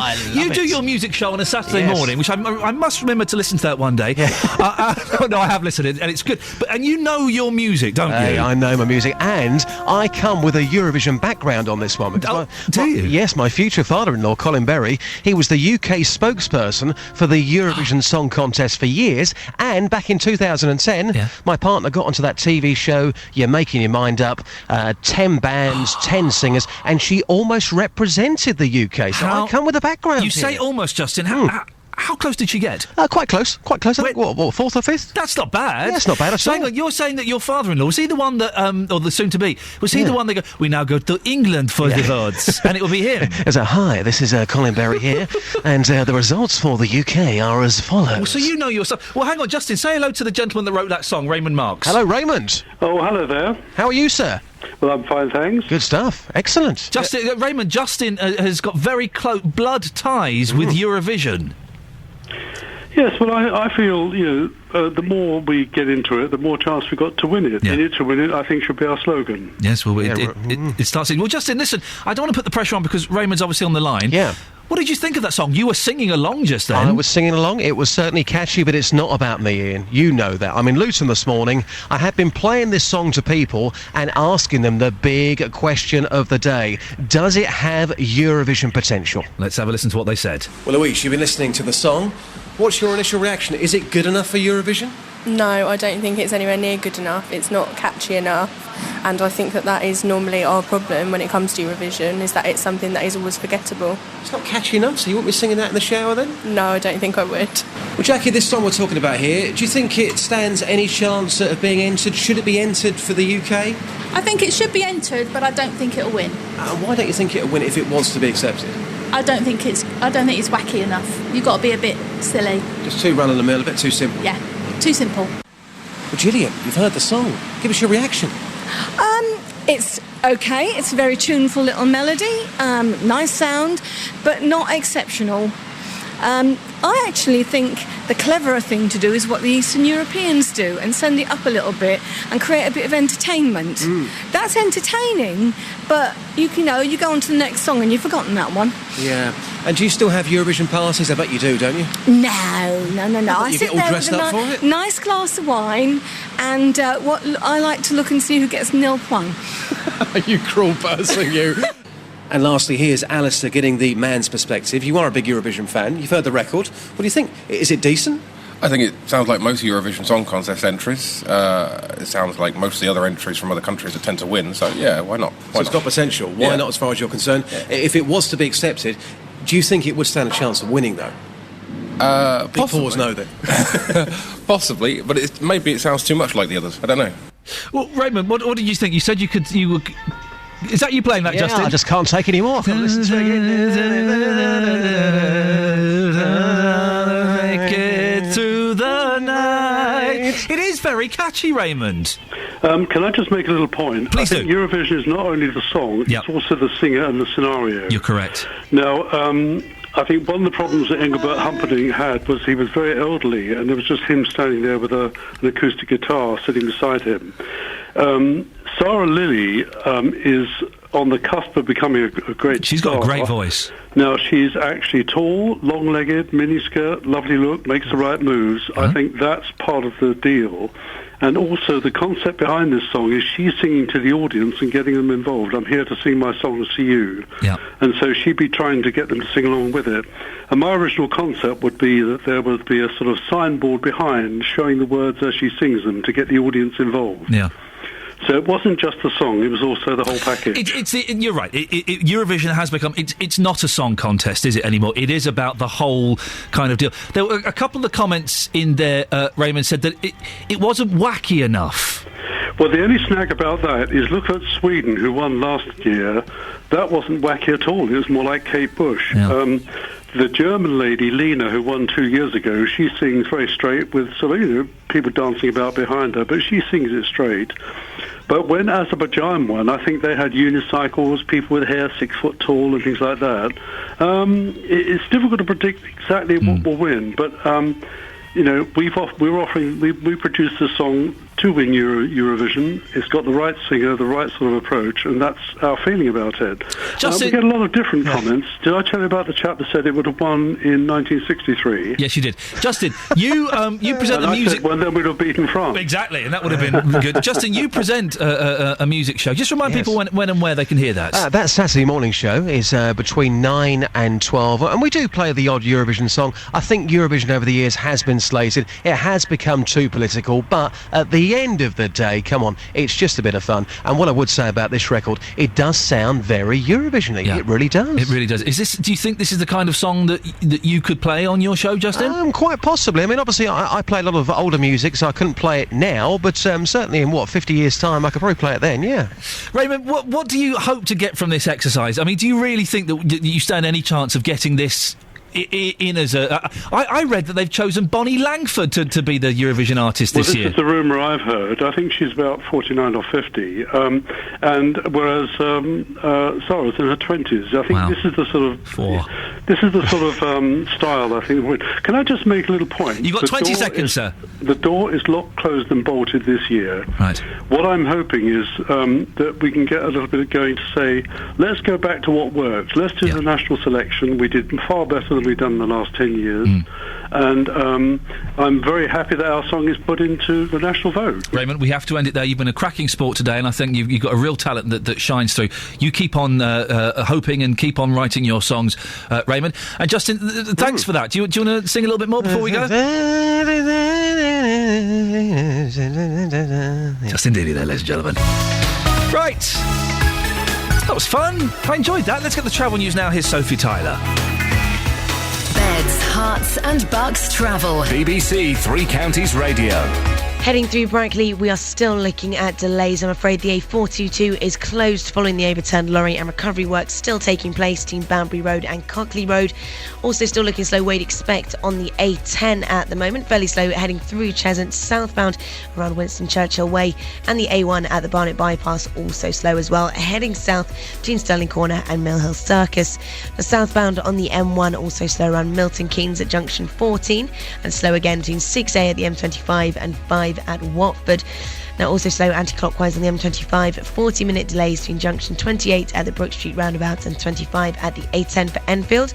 Trains aren't looking too bad at the moment. A few minor delays on First Capital Connect, but nothing that's going to hold you up for too long. Sophie Tyler, BBC Three Counties Radio. Thank you, Sophie. That's it. That's your lot.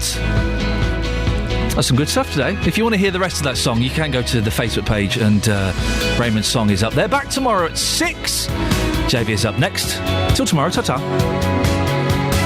Getting beds, hearts and bucks talking. This is BBC Three Counties Radio. Thank you, Iain. Good morning. Welcome to the JVS show. I'm Jonathan Vernon-Smith. It's Monday, start of a new week. And on today's Big Phone-In, I'm asking, is it unkind or